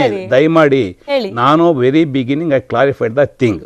CLP ಮೀಟಿಂಗ್ ಅಲ್ಲಿ ಇವ್ರು ಬರೆದಂತ ಪತ್ರದ ವಿಚಾರದ ಮೇಲೆ ದೆಹಲಿನಲ್ಲಿ ನಾಳೆ ಸಭೆ ಆಗ್ತಾ ಇಲ್ಲ. It is very clear. BR Patil ಅದರ ವೈಯಕ್ತಿಕ ನನಗೆ ಗೊತ್ತಿಲ್ಲ, ಅವ್ರು ಹೇಳ್ಬೇಕು ಅದನ್ನ. BR ಪಾಟೀಲ್ ಏನಕ್ಕೆ ಅಂತ ಅವ್ರ ವೈಯಕ್ತಿಕ ವಿಚಾರ ನಾನು ಹೇಳಕ್ ಬರ್ತೀನಿ. ನಿಮ್ಮ ನ್ಯೂಸ್ 18ನಲ್ಲಿ ಯಾರು ಅಟೆಂಡ್ ಮಾಡೋದು ನಿಮಗೆ ಮಾಹಿತಿ ಇರಲ್ಲ. ನೋಡಿ, ಡೋಂಟ್ ಟಾಕ್. ನೀವು ಮಾತಾಡ್ಬೇಕಾದ್ರೆ ನಾನು ಮಾತಾಡಿಲ್ಲ. ನೋಡಿ, ಇಲ್ಲಿ ನನ್ನ ಕ್ವೆಶ್ಚನ್ ಕ್ಲಿಯರ್ ಇತ್ತು. ಇಲ್ಲಿ ಅಸಮಾಧಾನ ಕಂಪ್ಲೀಟ್ ಆಗಿ ಬಗೆಹರಲಿಲ್ಲ, ಅದಕ್ಕೆ ದೆಹಲಿಗೆ ಹೋಗ್ತಿದ್ದಾರೆ ಅನ್ನೋ ಆರೋಪ. ನಿಮ್ಮ ಆರೋಪ ಕಪೋಕಲ್ಪಿತವಾದಂತ ಆರೋಪ. ನಾನು ಚರ್ಚೆಯ ಪ್ರಾರಂಭದಲ್ಲಿ ಬಹಳ ಸ್ಪಷ್ಟವಾಗಿ ಹೇಳಿದ್ದೇನೆ. ಪಾರ್ಲಿಮೆಂಟ್ ಚುನಾವಣೆಯ ಹಿನ್ನೆಲೆಯಲ್ಲಿ 4 ರಾಜ್ಯಗಳ ಚರ್ಚೆ ಆಗ್ತಾ ಇದೆ ಪಾರ್ಲಿಮೆಂಟ್ ಚುನಾವಣೆಗೆ ಸಂಬಂಧಪಟ್ಟಂತೆ. ಅದಕ್ಕೆ ಎಲ್ಲರನ್ನೂ ಕರೆದಿದ್ದಾರೆ. ಪ್ರತಿಯೊಂದು ರಾಜ್ಯದಲ್ಲೂ ಇನ್ವಿಟೇಷನ್ ಕರೆದಿದ್ದಾರೆ. ತೆಲಂಗಾಣ ಇರ್ಬೋದು, ಆಂಧ್ರ ಪ್ರದೇಶ ಇರ್ಬೋದು, ಕರ್ನಾಟಕ ಇರ್ಬೋದು, ಕೇರಳ ಇರ್ಬೋದು. ಅದೇ ರೀತಿ ಕರ್ನಾಟಕದಲ್ಲಿ ಸುಮಾರು 40 ಜನಕ್ಕೆ ಕರೆದಿದ್ದಾರೆ ಅಂತಕ್ಕಂಥದ್ದು ಪ್ರಥಮ ಮಾಹಿತಿ. ಅದು ನಮ್ಮ ಲೆವೆಲ್ ಮಾಹಿತಿ ಇಲ್ಲ. BR ಪಾಟೀಲ್ ಅವರು ಬೀಯಿಂಗ್ MLA ಅಥವಾ ಅವರು ಬೀಯಿಂಗ್ ಲೀಡರ್, ಅವ್ರ ವೈಯಕ್ತಿಕ ವಿಚಾರದಲ್ಲಿ ಹೋಗಿರ್ಬೋದು ಅಥವಾ ಅವ್ರಿಗೂ ಇನ್ವಿಟೇಷನ್ ಇರ್ಬೋದು. ಲೋಕಸಭಾ ಚುನಾವಣೆಗೆ ರಣತಂತ್ರ ರಚಿಸಲಿಕ್ಕೆ ಹೋಗಿದ್ರು ಕೂಡ ಈ ಕಾಂಗ್ರೆಸ್ನ ಗ್ಯಾರಂಟಿಯನ್ನೇ ಅಸ್ತ್ರವಾಗಿ ಲೋಕಸಭಾ ಚುನಾವಣೆಯಲ್ಲಿ ಅದನ್ನು ಪ್ರಯೋಗ ಮಾಡ್ಲಿಕ್ಕೆ ಮುಂದಾಗಬಹುದಾ ಅನ್ನೋ ಸಹಜ ನಿರೀಕ್ಷೆ ಇದ್ದೇ ಇರುತ್ತೆ. ಇಲ್ಲಿ ಅನುದಾನ ಹಾಗೆ ಗ್ಯಾರಂಟಿ ಇದರ ಮಧ್ಯೆನೇ ಆಗಿದೆಯಲ್ಲ ಅಸಮಾಧಾನ. ನೀವು ಗ್ಯಾರಂಟಿಗೆ ದುಡ್ಡು ಕೊಡ್ತಿದ್ದೀರಿ, ನಮ್ಗೆ ಅನುದಾನ ಕೊಡ್ತಿಲ್ಲ ಅನ್ನೋ ಅಸಮಾಧಾನವನ್ನು ಕೂಡ ಶಾಸಕರು ಹಾಕ್ತಿದ್ದಾರಲ್ಲ ಹೊರಗಡೆ. ಅದಕ್ಕೆ ಯಾವ ರೀತಿ ಪರಿಹಾರ? ಹಾಗಾದ್ರೆ ಇದಕ್ಕೆ ಎಲ್ಲಿ ಪರಿಹಾರ ಸಿಗುತ್ತೆ? ದೆಹಲಿಯಲ್ಲ, ಬೆಂಗಳೂರಿನಲ್ಲ. ಇನ್ನು ಮಲ್ಲಿಕಾರ್ಜುನ್ ಖರ್ಗೆ ಅವರು ಕರ್ನಾಟಕದವರು, ಇಲ್ಲೇ ರಾಷ್ಟ್ರೀಯ ಮಟ್ಟದಲ್ಲಿ ಬೆಳೆದು ನಿಂತಿರೋ ನಾಯಕರು ಇರ್ಬೇಕಾದ್ರೆ ದೆಹಲಿಗೆ ಕರೆಸ್ಕೊಳ್ತಾ ಇರೋದು.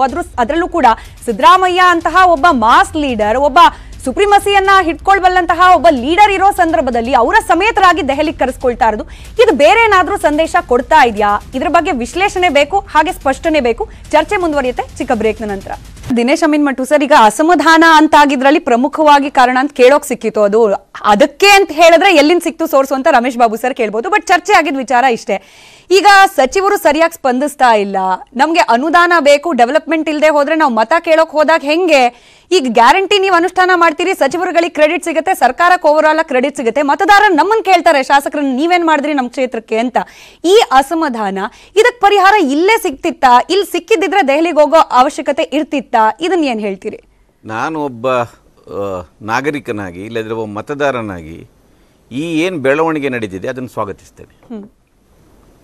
ಯಾಕೆಂದರೆ ಈ ರೀತಿಯ ಒಂದು ಕಂಟ್ರೋಲ್ ಇರಬೇಕು. ಈಗ ಸಚಿವರಾದವರು ಅವರ ಮರ್ಜಿಗೆ ನಡೆಯುವುದಲ್ಲ. ನಾನು ಅದನ್ನು ವ್ಯಕ್ತಪಡಿಸುವ ವಿಧಾನದ ಬಗ್ಗೆ ಭಿನ್ನಾಭಿಪ್ರಾಯ ಇರ್ಬೋದು. ಅದನ್ನೇ ಬಹುಶಃ ಅದನ್ನು ಬಹಿರಂಗವಾಗಿ ಸಿದ್ದರಾಮಯ್ಯ, ನಾನು ಏನು CLP ಮೀಟಿಂಗಲ್ಲಿ ಇರಲಿಲ್ಲ, ಬಹಿರಂಗವಾಗಿ ಅವರೇ ಅದನ್ನು ಹೇಳಿದ್ದಾರೆ. ಅದು ಅಂದರೆ ಈಗ ಆ BR ಪಾಟೀಲ್ರಾಗಲಿ ಬಸವರಾಜ ರಾಯರೆಡ್ಡಿ ಆಗಲಿ ಅವರಿಗೆ ಮುಖ್ಯಮಂತ್ರಿ ಅವರು ಆಕ್ಸೆಸ್ ಇದ್ದರು. ಅವರು ಅದನ್ನು ಹೋಗಿ ಅವರಿಗೆ ನೇರವಾಗಿ ಹೇಳ್ಬೋದಿತ್ತು, ಈ ರೀತಿ ಆಗ್ತಾ ಇದೆ.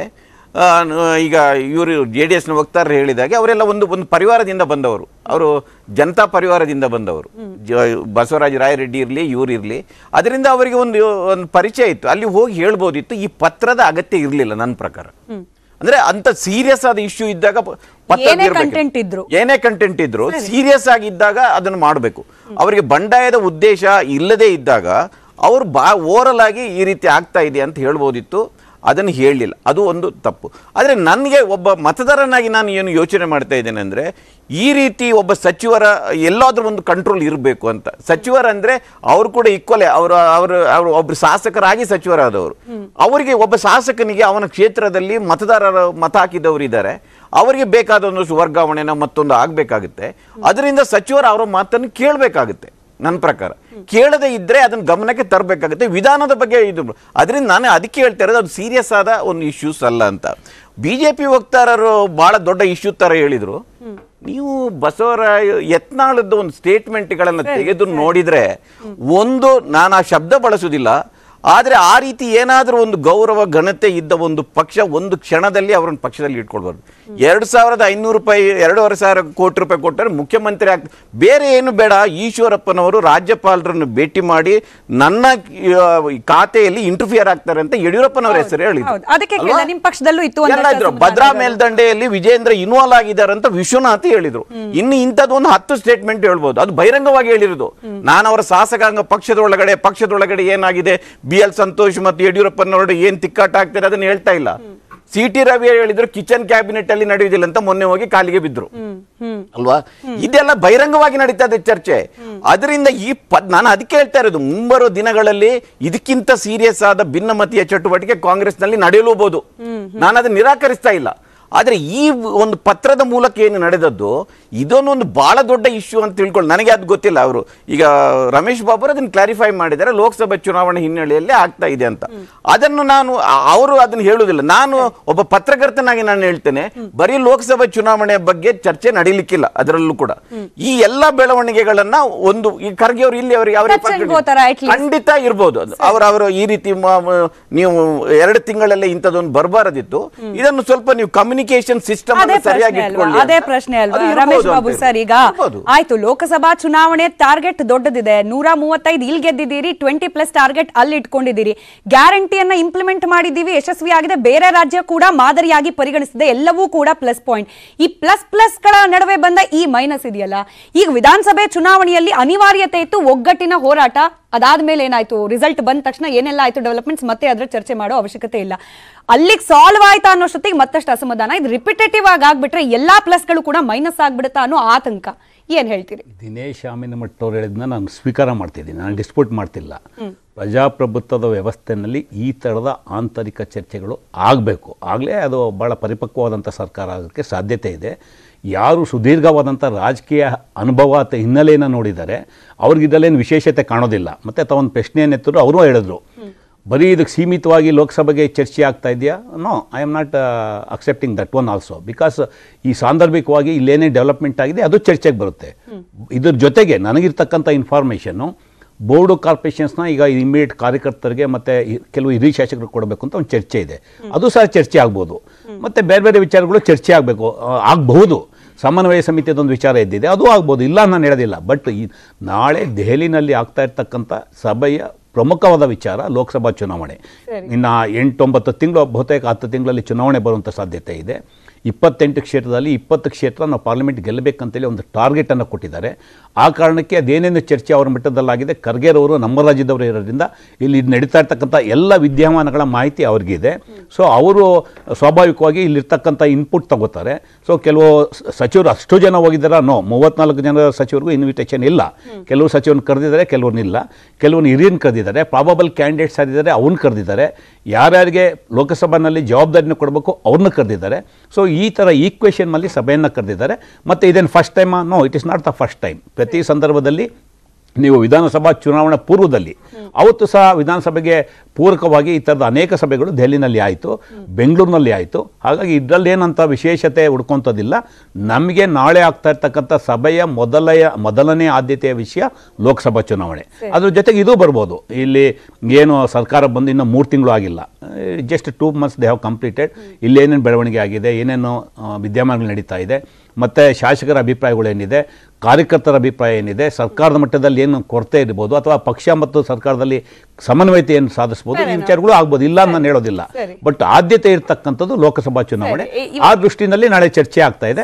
ಸೊ ಅದಕ್ಕೆ ಪೂರಕವಾಗಿ ನಾಳೆ ಇದೇ ವಿಚಾರ ಚರ್ಚೆ ಆದ್ರೂ ಕೂಡ, ಇನ್ಫ್ಯಾಕ್ಟ್ ರಮೇಶ್ ಬಾಬು ಸರ್ ಒಪ್ಕೊಂಡ್ರು ಸಮನ್ವಯ ಸಮಿತಿ ಅಂತ ಹೇಳಿ ಅದ್ರ ರಚನೆ ಆದ್ರೂ ಕೂಡ, ದೆಹಲಿಯಲ್ಲಿ ಏನೇ ಚರ್ಚೆ ಆದ್ರೂ ವಿಶ್ವಾಸ ಅಂತೂ ಹೇಗೆ ಕಾಣ್ತಿದೆ ಸದ್ಯದ ಮಟ್ಟಿಗೆ ರಮೇಶ್ ಬಾಬು ಅವ್ರ ಮಾತನಲ್ಲೂ ಕೂಡ ಅಂತಂದ್ರೆ, ಕಾಂಗ್ರೆಸ್ ನಾಯಕರು ವಾಪಸ್ ಬರುವಾಗ ಮೋರ್ ಪವರ್ಫುಲ್ ಆಗಿ ಬರ್ತಾರೆ ಲೋಕಸಭಾ ಚುನಾವಣೆಗೆ ಅಣಿಯಾಗಿ ಅಂತ ಹೇಳಿ.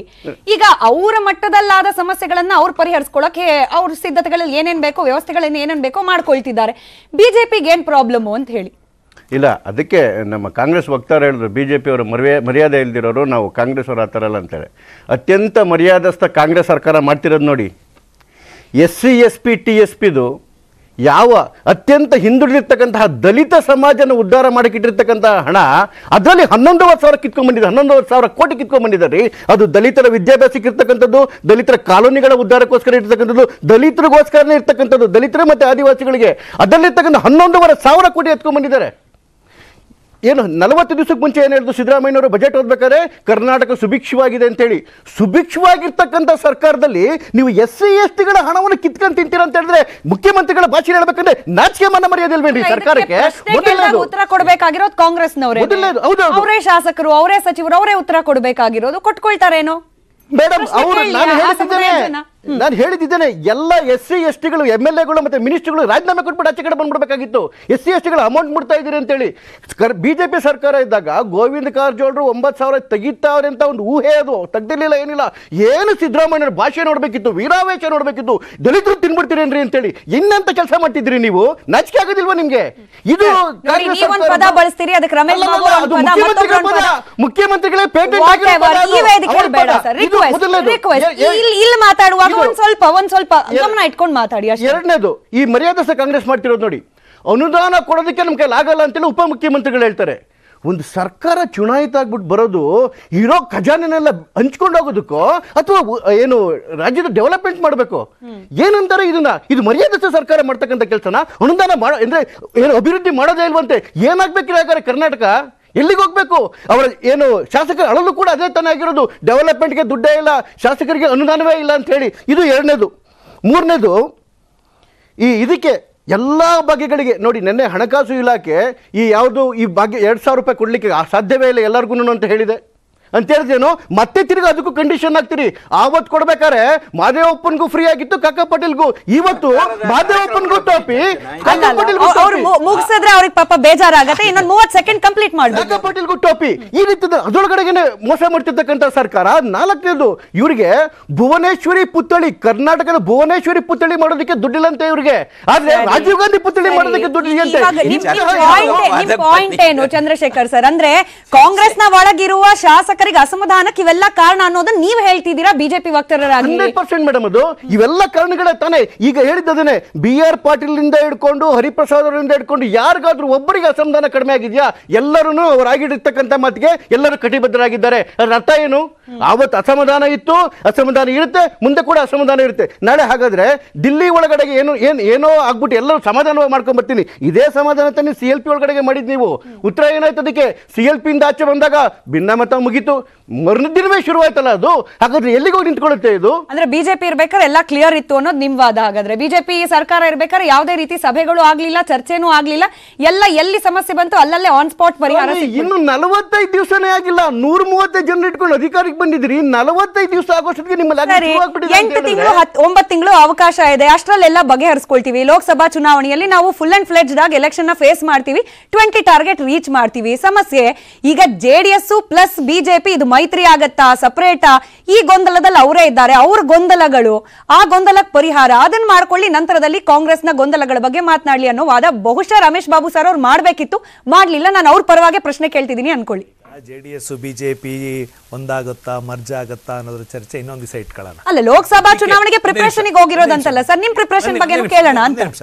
ಈಗ ಅವ್ರು ಲೋಕಸಭಾ ಚುನಾವಣೆಗೆ ಅಷ್ಟೇ ನಾವು ಪ್ರಿಪ್ರೇಷನ್ಗೆ ಹೋಗ್ತಾ ಇದ್ದೀವಿ ಅಂತ ಫಸ್ಟ್ ರೌಂಡಲ್ಲಿ ರಮೇಶ್ ಬಾಬು ಅವರು ಹೇಳಿದ್ರು.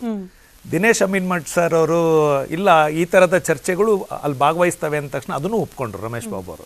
ಅಂದರೆ ಅಲ್ಲಿಗೆ ಅರ್ಥ ಏನು ಅಂತಂದರೆ, ಯಾವ ವಿಷಯ ಅಲ್ಲಿಗೆ ವಿಷಯವಾಗಿ ಚರ್ಚೆ ಆಗುತ್ತೆ ಅನ್ನೋದನ್ನು ಎಲ್ರಿಗೂ ಜಗಜ್ಜಾಹಿರ್. ಈಗ ಯಾವ್ದಾನ ಆಗ್ಲಿ. ಆಗ್ಬೋದು, ಒಂದೇ ನಿಮಿಷ, ಏನೋ ಒಂದೇ ನಿಮಿಷ. ಅಂದ್ರು. ಸರಿ, ಸರಿ. ಅದ್ರ ಜೊತೆಗೆ ನನ್ನ ಸ್ನೇಹಿತರಾದಂಥ ರಮೇಶ್ ಬಾಬು ಅವರು ಮಾತಾಡ್ತಾ ನಮ್ಮ JDS ಪಕ್ಷದ ಶಾಸಕಾಂಗದ ಪಕ್ಷದ ಸಭೆ, ಶಾಸಕಾಂಗದ ನಾಯಕರು ಮತ್ತು ಸಿದ್ದರಾಮಯ್ಯನವರು ರೇವಣ್ಣವರ ಅಸೆಂಬ್ಲಿಯ ಸಂಬಂಧಗಳ ಬಗ್ಗೆ ಮಾತಾಡ್ತಿದ್ರು. ನಾನು ಒಂದು ಕೇಳಕ್ಕೆ ಬಯಸ್ತೀನಿ, ಮಾನ್ಯ ರಮೇಶ್ ಬಾಬು ಅವರು ಕೂಡ ಅವತ್ತು ನಮ್ಮ ಜೊತೆನೇ ಇದ್ದರು. ಅವತ್ತು ಈ ಥರದ ಎಲ್ಲ ನಡವಳಿಕೆಗಳು ನಡೆಯುವಾಗ ರಮೇಶ್ ಬಾಬು ಅವರು ನಮ್ಮ ಜೊತೆ ಇದ್ದರು. ರಾಷ್ಟ್ರೀಯ JDSನ ಕಾರ್ಯದರ್ಶಿ ಕೂಡ ಆಗಿದ್ದರು. ಅವತ್ತು ನಿಮ್ಮ ಅಭಿಪ್ರಾಯ ಏನಿತ್ತು ನಂಗೆ ಗೊತ್ತಿಲ್ಲ, ಇರಲಿ ಒಂದು ಕಡೆ. ಆದರೆ ಅಸೆಂಬ್ಲಿ ಒಳಗಡೆ ಸಿದ್ದರಾಮಯ್ಯನವರು ಮತ್ತು ರೇವಣ್ಣವರ ಸಂಬಂಧ ಅದು ಭಾಳ ದೊಡ್ಡ ಸಂಬಂಧ. ಇವತ್ತಿನದಲ್ಲ, ಈ ಕಳೆದ 30 ವರ್ಷಗಳಿಂದ ಅವ್ರಿಗಿರ್ತಕ್ಕಂಥ ಸ್ನೇಹ ಸಿದ್ದರಾಮಯ್ಯನವರು ಒಪ್ಕೊಂಡಿದ್ದಾರೆ, ರೇವಣ್ಣವರು ಒಪ್ಕೊಂಡಿದ್ದಾರೆ. ಹಾಗಂತ ರೇವಣ್ಣವರು ಚುನಾವಣೆ ಸೋಲಿಸ್ಲಿಕ್ಕೆ ಸಿದ್ದರಾಮಯ್ಯನವರು ಹೋಗಲಿಲ್ಲ ಅಂದ ತಕ್ಷಣ ಒಂದು ಚುನಾವಣೆಗೆ ಕ್ಯಾಂಪೇನ್ಗೆ ಹೋಗಲಿಲ್ಲ, ಮನೆ ಚುನಾವಣೆಗೆ ಸಿದ್ದರಾಮಯ್ಯನವರು ಹಾಸನ್ಗೆ. ಹಂಗಂತ ಸಿದ್ದರಾಮಯ್ಯನವರು ರೇವಣ್ಣವ್ರು ಗೆಲ್ಲಿಸಿದ್ರು ಅಂತ ಅರ್ಥನಾ? ಹಾಗಾದರೆ ಆಂಟಿ ಪಾರ್ಟಿ ಆ್ಯಕ್ಟಿವಿಟೀಸ್ ಆಗಲಿಲ್ವಾ ಸಿದ್ದರಾಮಯ್ಯನವ್ರದ್ದು? ಅದ್ರ ಚರ್ಚೆ ಬೇಡ. ಆ ವಿಶ್ವಾಸಗಳು ಅವ್ರವ್ರದ್ದು ಹಂಗೆ ಇರಲಿ, ನಾವು ಅದಕ್ಕೆ ಉಳಿ ಹಿಂಡೋದು ಬೇಡ ನಾವು ಯಾರೂ. ಮತ್ತು ಈ ಚರ್ಚೆ ಡೆಲ್ಲಿ ಮಟ್ಟಕ್ಕೆ ಹೋಗಿದೆ ಅಂತಂದರೆ ಇಲ್ಲಿ ಭಾಳ ಸೀರಿಯಸ್ಸಾಗಿ ಗಮನಿಸಬೇಕಾಗಿರ್ತಕ್ಕಂಥ ಅಂಶ, BR ಪಾಟೀಲ್ರು ಬಂದಿರತಕ್ಕಂಥ ಜಿಲ್ಲೆ ಯಾವುದು? ಇಸ್ ಗುಲ್ಬರ್ಗ. ನರೇಂದ್ರ ಸ್ವಾಮಿಯವರು ಬಂದಿರತಕ್ಕಂಥ ಜಿಲ್ಲೆ ಯಾವುದು? ಮಂಡ್ಯ. ರಾಯರೆಡ್ಡಿಯವ್ರು ಬಂದಿರತಕ್ಕಂಥ ಜಿಲ್ಲೆ ಯಾವುದು? ಬಾಗಲಕೋಟೆ ಅಥವಾ ಬಿಜಾಪುರ, ಐ ಥಿಂಕ್. ಈ ಥರದ ಕೊಪ್ಪಳ. ಈ ಥರದ ನಾಯಕರುಗಳು ಅಸಮಾಧಾನ ವ್ಯಕ್ತಪಡಿಸ್ತಾ ಇರೋದು ಎಲ್ಲಿ? 17-20ಕ್ಕೂ ಹೆಚ್ಚು ಸಚಿವರ ಮೇಲೆ ನಮಗಿರ್ತಕ್ಕಂಥ ಅಸಮಾಧಾನ, ನಾವು ಶಾಸಕರು ಹೇಳ್ದಂಥ ಕೆಲಸಗಳು ನಮ್ಗೆ ಆಗ್ತಾ ಇಲ್ಲ ಅಂತ. ಅಥವಾ ವರ್ಗಾವಣೆ ವಿಚಾರ ಆಗ್ಬೋದು, ಅನುದಾನದ ವಿಚಾರ ಆಗ್ಬೋದು, ಮತ್ತೊಂದು ವಿಚಾರಗಳು ಆಗ್ತಾ. ಒಂದು ಸರ್ಕಾರ ಬಂದ ತಕ್ಷಣ ಪ್ರಾರಂಭ ಆಗೋದು ಏನು ಅಂತ ಅಂದರೆ, ಗೈಡ್ಲೈನ್ ಫಸ್ಟ್ ಇಶ್ಯೂ ಆಗದೆ ವರ್ಗಾವಣೆಯನ್ನು ನಾವು ಇಂತಿಷ್ಟು ದಿನಗಳಲ್ಲಿ ಮುಗಿಸ್ತೇವೆ ಅಂತ ಒಂದು ಆದೇಶ ಆಗುತ್ತೆ ಮಾನ್ಯ ಮುಖ್ಯಮಂತ್ರಿಯವರು. ಆಗ ಶಾಸಕರು ಏನು ಮಾಡ್ತಾರೆ, ತಮಗೆ ಬೇಕಾದ ಅಧಿಕಾರಿಗಳನ್ನು ಆಯಾ ಕ್ಷೇತ್ರಗಳಿಗೆ ಸಂಬಂಧಪಟ್ಟ ಜಿಲ್ಲೆಗಳಿಗೆ ಹಾಕ್ಸ್ಕೊಳ್ಳಿಕ್ಕೆ ಒಂದು ಶಿಫಾರಸು ಪತ್ರವನ್ನು ಎಲ್ಲ ಮಂತ್ರಿಗಳಿಗೂ ಕೊಡ್ತಾರೆ. ಆ ಶಿಫಾರಸು ಪತ್ರಗಳ ಅನುದಾನವಾಗಿ ಏನಾದರೂ ಆಗಲಿಲ್ಲ ಅಂತ ಅಂದಾಗ ಅಸಮಾಧಾನ ಸ್ಟಾರ್ಟ್ ಆಗ್ತದೆ. ಮಾನ್ಯ ಇದಕ್ಕೆಲ್ಲ ಮೂಲ ಕಾರಣ ಬಹುಶಃ JDS ಆಗೋಯ್ತಾ? ಒಳಗೊಳಗೆ ಏನೋ ನಡೀತಾ ಇತ್ತು, ವರ್ಗಾವಣೆ ಎಲ್ಲ ಸರ್ಕಾರದಲ್ಲಿ ನಡೀತಿತ್ತೇನೋ ನಮಗೆ ಗೊತ್ತಿಲ್ಲ. ಇದನ್ನ ಬಹಿರಂಗಪಡಿಸಿ ಒಂದೇ ನಿಮಿಷ ಕುಮಾರಸ್ವಾಮಿ ಅವರು ಒಂದು ಸ್ಟೇಟ್ಮೆಂಟ್ ಮಾಡಿದ್ರು ಪ್ರಾರಂಭದಲ್ಲೇ, ವರ್ಗಾವಣೆಯ ದಂಧೆ CM ಕಚೇರಿಯಿಂದನೇ ಪ್ರಾರಂಭ ಆಗಿದೆ, ದಯವಿಟ್ಟು ಸರಿಪಡಿಸ್ಕೊಳ್ಳಿ ಅಂತ. ಅದು ಇಲ್ಲ, ಏನೂ ಆಗಿಲ್ಲ, ಕುಮಾರಸ್ವಾಮಿ ಇಟ್ಟಂಡ್ರ ನಾಳು ಮೂಳು ಏನೇನೋ ಹೇಳಿದ್ರು. ಆದರೆ ಇವತ್ತೇನಾಗ್ತಿದೆ? ಯಾವ ವಿಷಯಕ್ಕೆ BR ಪಾಟೀಲ್ರು ಶಾಸಕಾಂಗ ಸಭೆ ಕರೀರಿ ಅಂತ ಹೇಳಿದ್ರು? ಶಾಸಕಾಂಗ ಸಭೆಯಲ್ಲಿ ಚರ್ಚೆ ಆಗದಂಥ ವಿಷಯಗಳ್ಯಾವು ಇವೆ, ಈ ಥರದವೇ. ನಮ್ಮ ಕೆಲಸಗಳಾಗ್ತಾ ಇಲ್ಲ, ನಮ್ಮ ಈ ಮಂತ್ರಿಗಳು ಕೆಲಸ ಮಾಡ್ಕೊಡ್ತಿಲ್ಲ, ಈ ಮಂತ್ರಿಗಳು ಕೆಲಸ ಮಾಡ್ತಿಲ್ಲ ಅನ್ನೋದೇ ಒಂದು ಚರ್ಚೆ. ಆಗ ಮಾನ್ಯ ಮುಖ್ಯಮಂತ್ರಿಗಳು ಪರಮೇಶ್ವರ್ ಅವರು ಏನು ಹೇಳಿದ್ರು, ಎಲ್ಲ ರೀತಿಯಲ್ಲೂ ಸಮಸ್ಯೆಯನ್ನು ಬಗೆಹರಿಸಿದ್ದೇವೆ ನಾವು ಅಂದರು. ಹಾಗಾಗಿ ಈಗ ಡೆಲ್ಲಿ ಸಭೆ ಆಗ್ತಾ ಇರೋದು ಯಾವ ಉದ್ದೇಶ? ಈಗ ಬರೀ MP ಚುನಾವಣೆದೇ ಚರ್ಚೆ ಆಗೋದಾಗಿದ್ದಿದ್ರೆ ಜಿಲ್ಲಾವಾರು ಜಿಲ್ಲಾ ಅಧ್ಯಕ್ಷರುಗಳನ್ನು ಅಥವಾ AICC ಅಲ್ಲ KPCC ಪದಾಧಿಕಾರಿಗಳನ್ನು ಎಲ್ಲರನ್ನು ಕರಿತಿದ್ರು. ಇಲ್ಲಿ ಕರೀತಾ ಇರೋದು ಕೇವಲ 17 ಸಚಿವರು ಅಥವಾ 20 ಸಚಿವರು. ಫುಲ್ ಕ್ಯಾಬಿನೆಟ್ ಕರೀತಾ ಇಲ್ಲ. ಕ್ಯಾಬಿನೆಟ್ನ ಏನಾದರೂ ಕ್ಯಾಬಿನೆಟ್ ಮಂತ್ರಿಗಳ ಕಾರ್ಯವೈಖರಿ ಬಗ್ಗೆ ಚರ್ಚೆ ಮಾಡ್ತಾರೆ, ಅದು ಇಲ್ಲ. 20 ಜನ ಮಾತ್ರ. ಯಾವ 33 ಜನ ಶಾಸಕರು BR ಪಾಟೀಲ್ ನೇತೃತ್ವದಲ್ಲಿ ಯಾವ ಸಚಿವರನ್ನ ಪಾಯಿಂಟ್ ಔಟ್ ಮಾಡಿ ಇಂಥವ್ರ ಮೇಲೆ ಇಂಥವ್ರ ಹತ್ರ ನಮ್ಗೆ ಕೆಲಸ ಆಗ್ತಾ ಇಲ್ಲ ಅಂತ ಮಾಡಿದ್ರು, ಆ ಸಚಿವರನ್ನಷ್ಟೇ ಡೆಲ್ಲಿ ಕರೆದಿರೋದು. ಜೊತೆಗೆ ಅಸಮಾಧಾನ ವ್ಯಕ್ತಪಡಿಸಿದಂಥ ಹರಿಪ್ರಸಾದ್, ಅಸಮಾಧಾನ ವ್ಯಕ್ತಪಡಿಸಿದಂಥ BR ಪಾಟೀಲ್ ಇನ್ನಿತರರನ್ನ ಕರೆದಿದ್ದಾರೆ. ಈಗ ಹರಿಪ್ರಸಾದ್ ಕರೆದಿಲ್ಲ ಅಂತ ನಮಗ್ ಸಿಕ್ಕಿರೋ ಮಾಹಿತಿ, ಆದ್ರೂ ಡೆಲ್ಲಿಗೆ ಹೋಗಿದ್ದಾರೆ. ನೋಡೋಣ ನಾಳೆ ಅವರು ಆ ಸಭೆನಲ್ಲಿ ಇರ್ತಾರೋ ಅಥವಾ ಅನ್ಅಫಿಷಿಯಲ್ ಆಗಿ ಮೀಟ್ ಮಾಡ್ತಾರೋ, ಅದು ಅವರೇ ಆಚೆ ಬರ್ತಾರೆ, ಅವರೇ ಆಚೆ ಹೇಳ್ತಾರೆ. ಈಗ ಶಾಸಕಾಂಗ ಪಕ್ಷ ಸಭೆಯಲ್ಲಿ ಎಲ್ಲ ಮುಗಿದು ಅಂದ ತಕ್ಷಣ ಮಾರನೇ ಸ್ಟೇಟ್ಮೆಂಟ್ ಮಾಡ್ಲಿಲ್ವಾ BR ಪಾಟೀಲ್ರು? ಏನ್ ಹೇಳಿದ್ರು? ನನ್ನ ಆತ್ಮಗೌರವಕ್ಕೆ ತೊಂದರೆ ಬಂದ್ರೆ ನಾನು ರಾಜೀನಾಮೆ ಬಿಸಾಕ್ತೀನಿ ಅಂತ ಹೇಳಿದ್ರು. ಅಂದ್ರೆ ಕೇವಲ 3 ತಿಂಗಳಲ್ಲಿ ಅದ್ಭುತವಾಗಿ ಮೆಜಾರಿಟಿ ಬಂದಿರತಂತ ಕಾಂಗ್ರೆಸ್ ಪಾರ್ಟಿಯ ಹಿರಿಯ ಶಾಸಕರುಗಳು ಅಸಮಾಧಾನ ವ್ಯಕ್ತಪಡಿಸ್ತಾ ಇದ್ದಾರೆ. ಅಂದ್ರೆ ಇಲ್ಲಿ ಮನೆಯೊಂದು 3 ಬಾಗಿಲು ಕರ್ನಾಟಕ ಕಾಂಗ್ರೆಸ್ನಲ್ಲಿ ಆಗಿದೆ. ಏನು ಅಂತಂದರೆ, ಒಂದು ಮಾನ್ಯ ಶ್ರೀ ಖರ್ಗೆ ಅವರ ನೇತೃತ್ವದ ಒಂದು ಗುಂಪು, ಮಾನ್ಯ ಸಿದ್ದರಾಮಯ್ಯನವರ ನೇತೃತ್ವದ ಒಂದು ಗುಂಪು, ಮಾನ್ಯ DK ಶಿವಕುಮಾರ್ ಅವರ ನೇತೃತ್ವದ ಒಂದು ಗುಂಪು. ನಾನು ಹಳೇದು ಒಂದು ಸ್ವಲ್ಪ ಹಿಂದಕ್ಕೆ ಜ್ಞಾಪಿಸಕ್ಕೆ ಇಷ್ಟಪಡ್ತೀನಿ ಕಾಂಗ್ರೆಸ್ ನಾಯಕರಿಗೆ. ಒಂದೇ ನಿಮಿಷ, ಒಂದೇ ಲೈನ್ ಇದಕ್ಕೂ ಸೇರಿಸಿ ಉತ್ತರ ಕೊಟ್ಬಿಡಿ. ಗುಂಪೆ ಆಗಿದ್ರು, ನಾಳೆ ಪರಿಹಾರ ಸಿಗುತ್ತೇನೋ? ರಮೇಶ್ ಬಾಬು ಅವರು ಒಪ್ಕೊಂಡ್ರು, ಏನೇ ಸಮಸ್ಯೆಗಳಿದ್ರು ಅದಕ್ಕೆ ಪರಿಹಾರಕ್ಕೆ ಒಂದು ಸಮನ್ವಯ ಸಮಿತಿ ರಚನೆ ಆದ್ರೂ ಆಗಬಹುದು, ಗೊತ್ತಿಲ್ಲ. ಹೇಳಕ್ ಬಂದೆ, ಸಮ್ಮಿಶ್ರ ಸರ್ಕಾರದಲ್ಲಿ JDS ಕಾಂಗ್ರೆಸ್ ಮಾಡಿದಾಗ ಸಮನ್ವಯ ಸಮಿತಿ ಮಾಡೋದು ಕರೆಕ್ಟು. ಒಂದೇ ಪಕ್ಷದ ಶಾಸಕರು ಇರ್ತಕ್ಕಂಥ 135 ಮೆಜಾರಿಟಿ ಇರ್ತ ಜಾಗದಲ್ಲಿ ಸಮನ್ವಯ ಸಮಿತಿ ಯಾಕಬೇಕು? ಯಾರ ಮಧ್ಯೆ ಸಮನ್ವಯ ಸಮಿತಿ? ಯಾರ್ಯಾರಿಗೆ ಸಮನ್ವಯ ಮಾಡ್ಬೇಕು ನೀವು? ಖರ್ಗೆ ಅವ್ರಿಗ ಅಥವಾ ಡಿ ಕೆ ಶಿವಕುಮಾರ್ ಅವ್ರಗ ಅಥವಾ ಸಿದ್ದರಾಮಯ್ಯನವ್ರಗ? ಇಲ್ಲ, ಒಂದೇ ನಿಮಿಷ ಮುಗಿಸ್ಬಿಡ್ತೀನಿ, ಲಾಸ್ಟ್ ಲೈನ್ ಮುಗಿಸ್ಬಿಡ್ತೀನಿ. ನಾನು ಹೇಳೋದೇನು ಅಂತಂದ್ರೆ 1989ರಲ್ಲಿ ವೀರೇಂದ್ರ ಪಾಟೀಲ್ ನೇತೃತ್ವದಲ್ಲಿ 170ಕ್ಕೂ ಹೆಚ್ಚು ಶಾಸಕರು ಗೆದ್ದಂತ ಸರ್ಕಾರದಲ್ಲೇ 3 ಮುಖ್ಯಮಂತ್ರಿಗಳನ್ನು ಕೊಟ್ಟಂತ ಕೊಡುಗೆ ಕಾಂಗ್ರೆಸ್ ಪಾರ್ಟಿ ಇತಿಹಾಸದಲ್ಲಿದೆ. ಈಗ ನೀವು 136 ಗೆದ್ಬಿಟ್ಟು ಇವತ್ತೇ ಸಮನ್ವಯ ಸಮಿತಿ ಮಾಡ್ಕೊಂಡ್ರೆ ಈಗೂ ಕೂಡ ಕೇಳಿ ಒಂದೇ ನಿಮಿಷ, ಈಗೂ ಕೂಡ ಇರೋದು ಏನು ಅಂತಂದ್ರೆ ಸಿದ್ದರಾಮಯ್ಯನವರು ಮುಖ್ಯಮಂತ್ರಿ ಆಗಿದ್ದಾರೆ, ಡಿ ಕೆ ಶಿವಕುಮಾರ್ ಮುಖ್ಯಮಂತ್ರಿ ಆಗಬೇಕು, ಮುಂದೆ ಖರ್ಗೆ ಅವರು ಮುಖ್ಯಮಂತ್ರಿ ಆಗಬೇಕು. ಸಮನ್ವಯ ಸಮಿತಿ ದಿನೇಶ್ ಸರ್ ಹೇಳಿ, ರಮೇಶ್ ಬಾಬು ಸರ್ ಹೇಳಿ, ಸಿದ್ದರಾಮಯ್ಯ ಅವರನ್ನ ಹಂತ ಹಂತವಾಗಿ ಕಂಟ್ರೋಲ್ ಮಾಡೋ ಪ್ರಯತ್ನದ ಭಾಗವಾ ಇವೆಲ್ಲ ಅನ್ನೋ ಪ್ರಶ್ನೆ ಕೂಡ ಇದೆ. ಈಗ ಸಮನ್ವಯತೆ ಆ ವಿಚಾರ ಪ್ರಸ್ತಾಪ ನಾಳೆ ಆದ್ರೂ ಆಗಬಹುದು ಅನ್ನೋದಾದ್ರೆ ಸಮನ್ವಯತೆ ಯಾರ್ಯಾರ ನಡುವೆ ಅನ್ನೋ ಪ್ರಶ್ನೆ, ಇದಕ್ಕೆ ಉತ್ತರ ಕಂಡುಕೊಳ್ಳೋಣ ಚಿಕ್ಕ ಬ್ರೇಕ್ ನಂತರ. ನನ್ನ ಪ್ರಶ್ನೆಯಿಂದ ತಪ್ಪಿಸ್ಕೊಳ್ಳೋದು ಸುಲಭ ಅಲ್ಲ.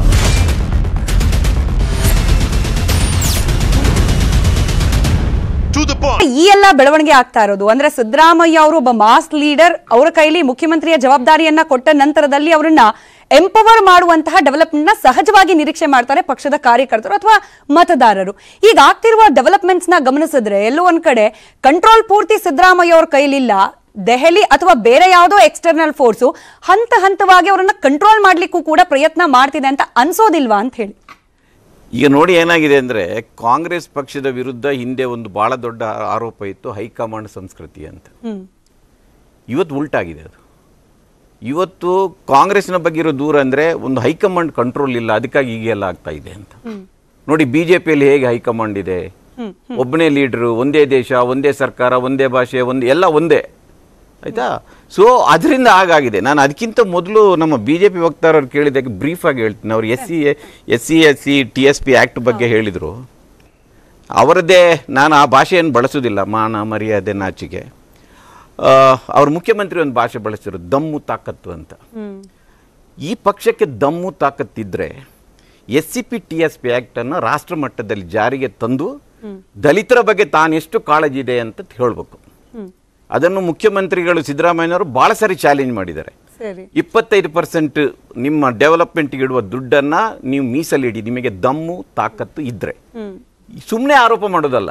ನೀವು 10-11 ಸಾವಿರ ಕೋಟಿ ಅಲ್ಲಿ ಡೈವರ್ಟ್ ಮಾಡಿದ್ರಿ, ಇಲ್ಲಿ ಡೈವರ್ಟ್ ಮಾಡಿದ್ರಿ, 7D ಅನ್ನು ರದ್ದು ಮಾಡಿದ್ದಕ್ಕೆ ಆಗಿದೆ. ಅದರಿಂದ ಅದೆಲ್ಲ ಬೇಡ. ಆಮೇಲೆ ಎರಡನೇದು, ನನಗೆ ನಿಜವಾದ ಸೀರಿಯಸ್ ಆದ ಚರ್ಚೆ ನೀವು ನಡೆಸಿದ್ರಿ, ಇಲ್ಲ ಅಂತ ನಾನು ಹೇಳೋದಿಲ್ಲ. ಈಗ ನೀವು 2 ತಿಂಗಳಲ್ಲಿ ಆಗಿದ್ದ ಬಗ್ಗೆ ಚರ್ಚೆ ನಡೀತಿರಲ್ಲ. ಯಡಿಯೂರಪ್ಪನವರು 26 ಜುಲೈಗೆ ಪ್ರಮಾಣ ವಚನ ಸ್ವೀಕರಿಸಿದರು ಲಾಸ್ಟ್ ಟೈಮ್. ಸಂಪುಟ ರಚನೆ ಆಗಿದೆಯಾ ಅವಾಗ? 26 ಆಗಸ್ಟ್ಗೆ, 1 ತಿಂಗಳು ಸಿಂಗಲ್ ಹ್ಯಾಂಡೆಡ್ ಇಡೀ ಮಳೆ ಬಂದು ಅತಿವೃಷ್ಟಿಯಾಗಿ ರಾಜ್ಯ ಮುಳುಗ್ತಾ ಇತ್ತು. ಇಲ್ಲಿ ಇನ್ನೊಬ್ಬ ಸಚಿವರಿಲ್ಲ. ದಿಸ್ ಇಸ್ ಎ ಸೀರಿಯಸ್ ಲೆಕ್ಕುನ. ಇವತ್ತು ಫುಲ್ ಪ್ಲೆಜ್ಡ್ ಆಗಿದೆ, ಗ್ಯಾರಂಟಿ ಸ್ಕೀಮ್ಗಳು ಇಂಪ್ಲಿಮೆಂಟ್ ಆಗ್ತದೆ. ಅದಕ್ಕೆ ನಾನು ಹೇಳ್ತೇನೆ, ಮುಂದಿನ ದಿನಗಳಲ್ಲಿ ಇದಕ್ಕಿಂತ ಸೀರಿಯಸ್ ಆದ ಬಂಡಾಯ. ಇನ್ನೊಂದು ಪ್ರಶ್ನೆ ಸರ್, ಇಲ್ಲಿ ಸಿದ್ದರಾಮಯ್ಯ, ಡಿ.ಕೆ. ಶಿವಕುಮಾರ್, ಖರ್ಗೆ ಅವರಂತ ಪವರ್ಫುಲ್ ಲೀಡರ್ಸ್ ಇದ್ದಾರೆ ಅನ್ನೋದಕ್ಕೆ ಸಮಸ್ಯೆನಾ ಅಥವಾ ಇವರೆಲ್ಲರೂ ಇರೋದೇ ಸಮಸ್ಯೆನಾ ಅಂತ ಹೇಳಿ? ಇಲ್ಲ, ನಾನು ಅದನ್ನ ನೀವು ಎರಡನೇ ಪ್ರಶ್ನೆ ಬರ್ತೇನೆ, ಸಮನ್ವಯದ ಪ್ರಶ್ನೆ. ಸಮನ್ವಯದ ಬಗ್ಗೆ ಈಗ ಪಾರ್ಟಿಯಲ್ಲಿ ಒಂದು ಸಿಸ್ಟಮ್ ಡೆವಲಪ್ ಆಗಿಬಿಟ್ಟಿದೆ. ಈಗ ಇದೆಲ್ಲ ಅಂದ್ರೆ ನೀವು ಹೇಳಿದಾಗೆ ಇಲ್ಲಿ ಈಗ BJPಯಲ್ಲಿ ಲೀಡರ್ಗಳೇ ಯಾರಂತ ಇಲ್ಲ ಈಗ. ಅಂದ್ರೆ ಯಡಿಯೂರಪ್ಪನವರು ರಾಜಕೀಯ ನಿವೃತ್ತಿ ತಗೊಂಡ್ಬಿಟ್ಟಿದ್ದಾರೆ. ಅವರು ಸೆಕೆಂಡ್ ಲೈನ್ ಲೀಡರ್ಶಿಪ್ ಅನ್ನು ಆ ಪಾರ್ಟಿಯಲ್ಲಿ ಬೆಳೆಸಲೇ ಇಲ್ಲ. ಅದು ಬಹಳ ದೊಡ್ಡ ಲೆಕ್ಕನ ಈಗ. ಅದರಿಂದಾಗಿ ಅವರಲ್ಲಿ ಇವತ್ತಿನ ಒಪೋಸಿಷನ್ ಪಾರ್ಟಿ ಲೀಡರ್ ಯಾರಾಗಬೇಕು, ಪಕ್ಷದ ಅಧ್ಯಕ್ಷರಾಗಬೇಕು ಯಾಕೆ ಬಂದಿದೆ ಅಂದರೆ, ನಾನು ವಾಜಪೇಯಿ ಪ್ರಧಾನಿ ಆಗಿದ್ದಾಗ ದೆಹಲಿಯಲ್ಲಿದ್ದವ. ಇವತ್ತು ಸೆಕೆಂಡ್ ಲೈನ್ ಲೀಡರ್ಶಿಪ್ ಅನ್ನು ಬೆಳೆಸಿದ್ದು ಅಟಲ್ ಬಿಹಾರಿ ವಾಜಪೇಯಿ. ವಸುಂಧರಾ ರಾಜೆ ಇರ್ಬೋದು, ಶಿವರಾಜ್ ಸಿಂಗ್ ಚೌಹಾಣ್ ಇರ್ಬೋದು, ಯಡಿಯೂರಪ್ಪ ಇರ್ಬೋದು, ನರೇಂದ್ರ ಮೋದಿ ಅವರೇ ಇರ್ಬೋದು. ಅದು ಇವತ್ತು ನೀವು ಪ್ರಾದೇಶಿಕ ಪಕ್ಷದಲ್ಲಿ ಪ್ರಾದೇಶಿಕವಾಗಿ ನಾಯಕರನ್ನು ಬೆಳೆಸಿದವರು ಅಟಲ್ ಬಿಹಾರಿ ವಾಜಪೇಯಿ. ಈಗಿನ ಅವರ ಸಿಸ್ಟಮ್ ಅಲ್ಲಿ, ಆ ಹೈಕಮಾಂಡ್ ಸಂಸ್ಕೃತಿ ಅನ್ನೋದು ಸಿಸ್ಟಮ್ ಅಲ್ಲಿ ಅವರ ಹತ್ರ ಲೀಡರ್ಗಳೇ ಇಲ್ಲ. ಅದರಿಂದ ನೀವು ಹೇಳಿದ ಒಂದು ರೀತಿಯಲ್ಲಿ ಹೌದು, ಇಲ್ಲಿ ಲೀಡರ್ಗಳು ಜಾಸ್ತಿ ಆಗಿದ್ದಾರೆ ಎನ್ನುವುದನ್ನು. ಲೀಡರ್ಗಳು ಜಾಸ್ತಿ ಆಗಿದ್ದಾರೆ ಅಂಡ್ ಮೋಸ್ಟ್ ಆಫ್ ದೆಮ್ ಈಗ ಖರ್ಗೆ ಮತ್ತು ಸಿದ್ದರಾಮಯ್ಯನವರು ಒಂಥರ ಈಕ್ವಲ್ ನೀವು ಒಂದು ಹಂತದಲ್ಲಿ ನಿಲ್ಲಿಸಬಹುದು ಅವರನ್ನು. ಅದರಿಂದ ಒಂದು ಸಮನ್ವಯ ಅಗತ್ಯ ಇರ್ಬೋದು. ಯಾಕಂದ್ರೆ ಅವರವರಿಗೆ ಒಬ್ಬ ಮಾಸ್ ಲೀಡರ್ ಇದ್ದಾಗ ಅವನದೇ ಆದ ಒಂದು ಫಾಲೋವರ್ಸ್ಗಳ ಗುಂಪು ಇರುತ್ತೆ. ಇವರಲ್ಲಿ ಎಷ್ಟೇ ಸಮನ್ವಯತೆ ಇದ್ರೂ ಕೂಡ ಫಾಲೋವರ್ಸ್ಗಳಲ್ಲಿ ಸ್ವಲ್ಪ ಸಮನ್ವಯತೆ ಪ್ರಶ್ನೆಗಳು ಬರುತ್ತೆ. ಅದಕ್ಕಾಗಿ ಒಂದು ರಾಜ್ಯಕ್ಕೆ ಒಂದು ಪಕ್ಷಕ್ಕೆ ಸಮನ್ವಯ ಸಮಿತಿ ಮಾಡುವುದರಿಂದ ನಾನೊಬ್ಬ ಮತದಾರನಾಗಿ ನಾನು ಏನು ತೀರ್ಮಾನ, ನನ್ನ ಅಭಿಪ್ರಾಯ ಏನಂದ್ರೆ ನೀವು ಎಲ್ಲವನ್ನು ಕೂಡ ಸಾರ್ವಜನಿಕ ಹಿತದೃಷ್ಟಿಯಿಂದ ಒಳ್ಳೆದ ಕೆಟ್ಟದಂತ ತೀರ್ಮಾನ ಮಾಡಬೇಕು. ಸಮನ್ವಯ ಸಮಿತಿ ಆಗಿ ಅದರಿಂದ ರಾಜ್ಯಕ್ಕೆ ಒಳ್ಳೇದಾಗುದಿದ್ರೆ ಆಗ್ಲಿ ಬಿಡಿ ಅದರಲ್ಲಿ. ಅದರಿಂದ ಅದನ್ನು ಸಮನ್ವಯ ಸಮಿತಿ ಮಾಡಿದ ಕೂಡಲೇ ಆ ಪಕ್ಷದಲ್ಲಿ ಸರಿ ಇಲ್ಲ ಅಂತ ನಾನಂತ ಹೇಳಲಾರೆ. ಅದರಿಂದ ರಾಜಕೀಯ ವಿಶ್ಲೇಷಕರಾಗಿ ಅಮೀನ್ ಮಟ್ಟು ಸರ್ ಅಭಿಪ್ರಾಯ. ಆಮೇಲೆ ಇನ್ನೊಂದು ಹೇಳ್ತೇನೆ, ಇವ್ರು ಬಿ.ಆರ್. ಪಾಟೀಲ್ ಹೇಳಿದ್ರು, ಇವ್ರು ಬಹಳ ಬಿ.ಆರ್. ಪಾಟೀಲ್ ನಂಬ್ತೇನೆ ಅಂತ ಹೇಳಿದ್ರು. ಬಿ.ಆರ್. ಪಾಟೀಲ್ ನಂಬುದಿದ್ರೆ ಅವ್ರ ಲೆಟರ್ ಬಗ್ಗೆ ಹೇಳಿದ್ದನ್ನು ಯಾಕೆ ನಂಬುದಿಲ್ಲ ಅಂತ. ಡೈಲಮಾ ಇದೆ, ಯಾವ್ದು ಬೇಕು ಯಾವ್ದು ರಿಯಲ್ ಡೈಲಮಾ ಇದೆ. ಸರಿ,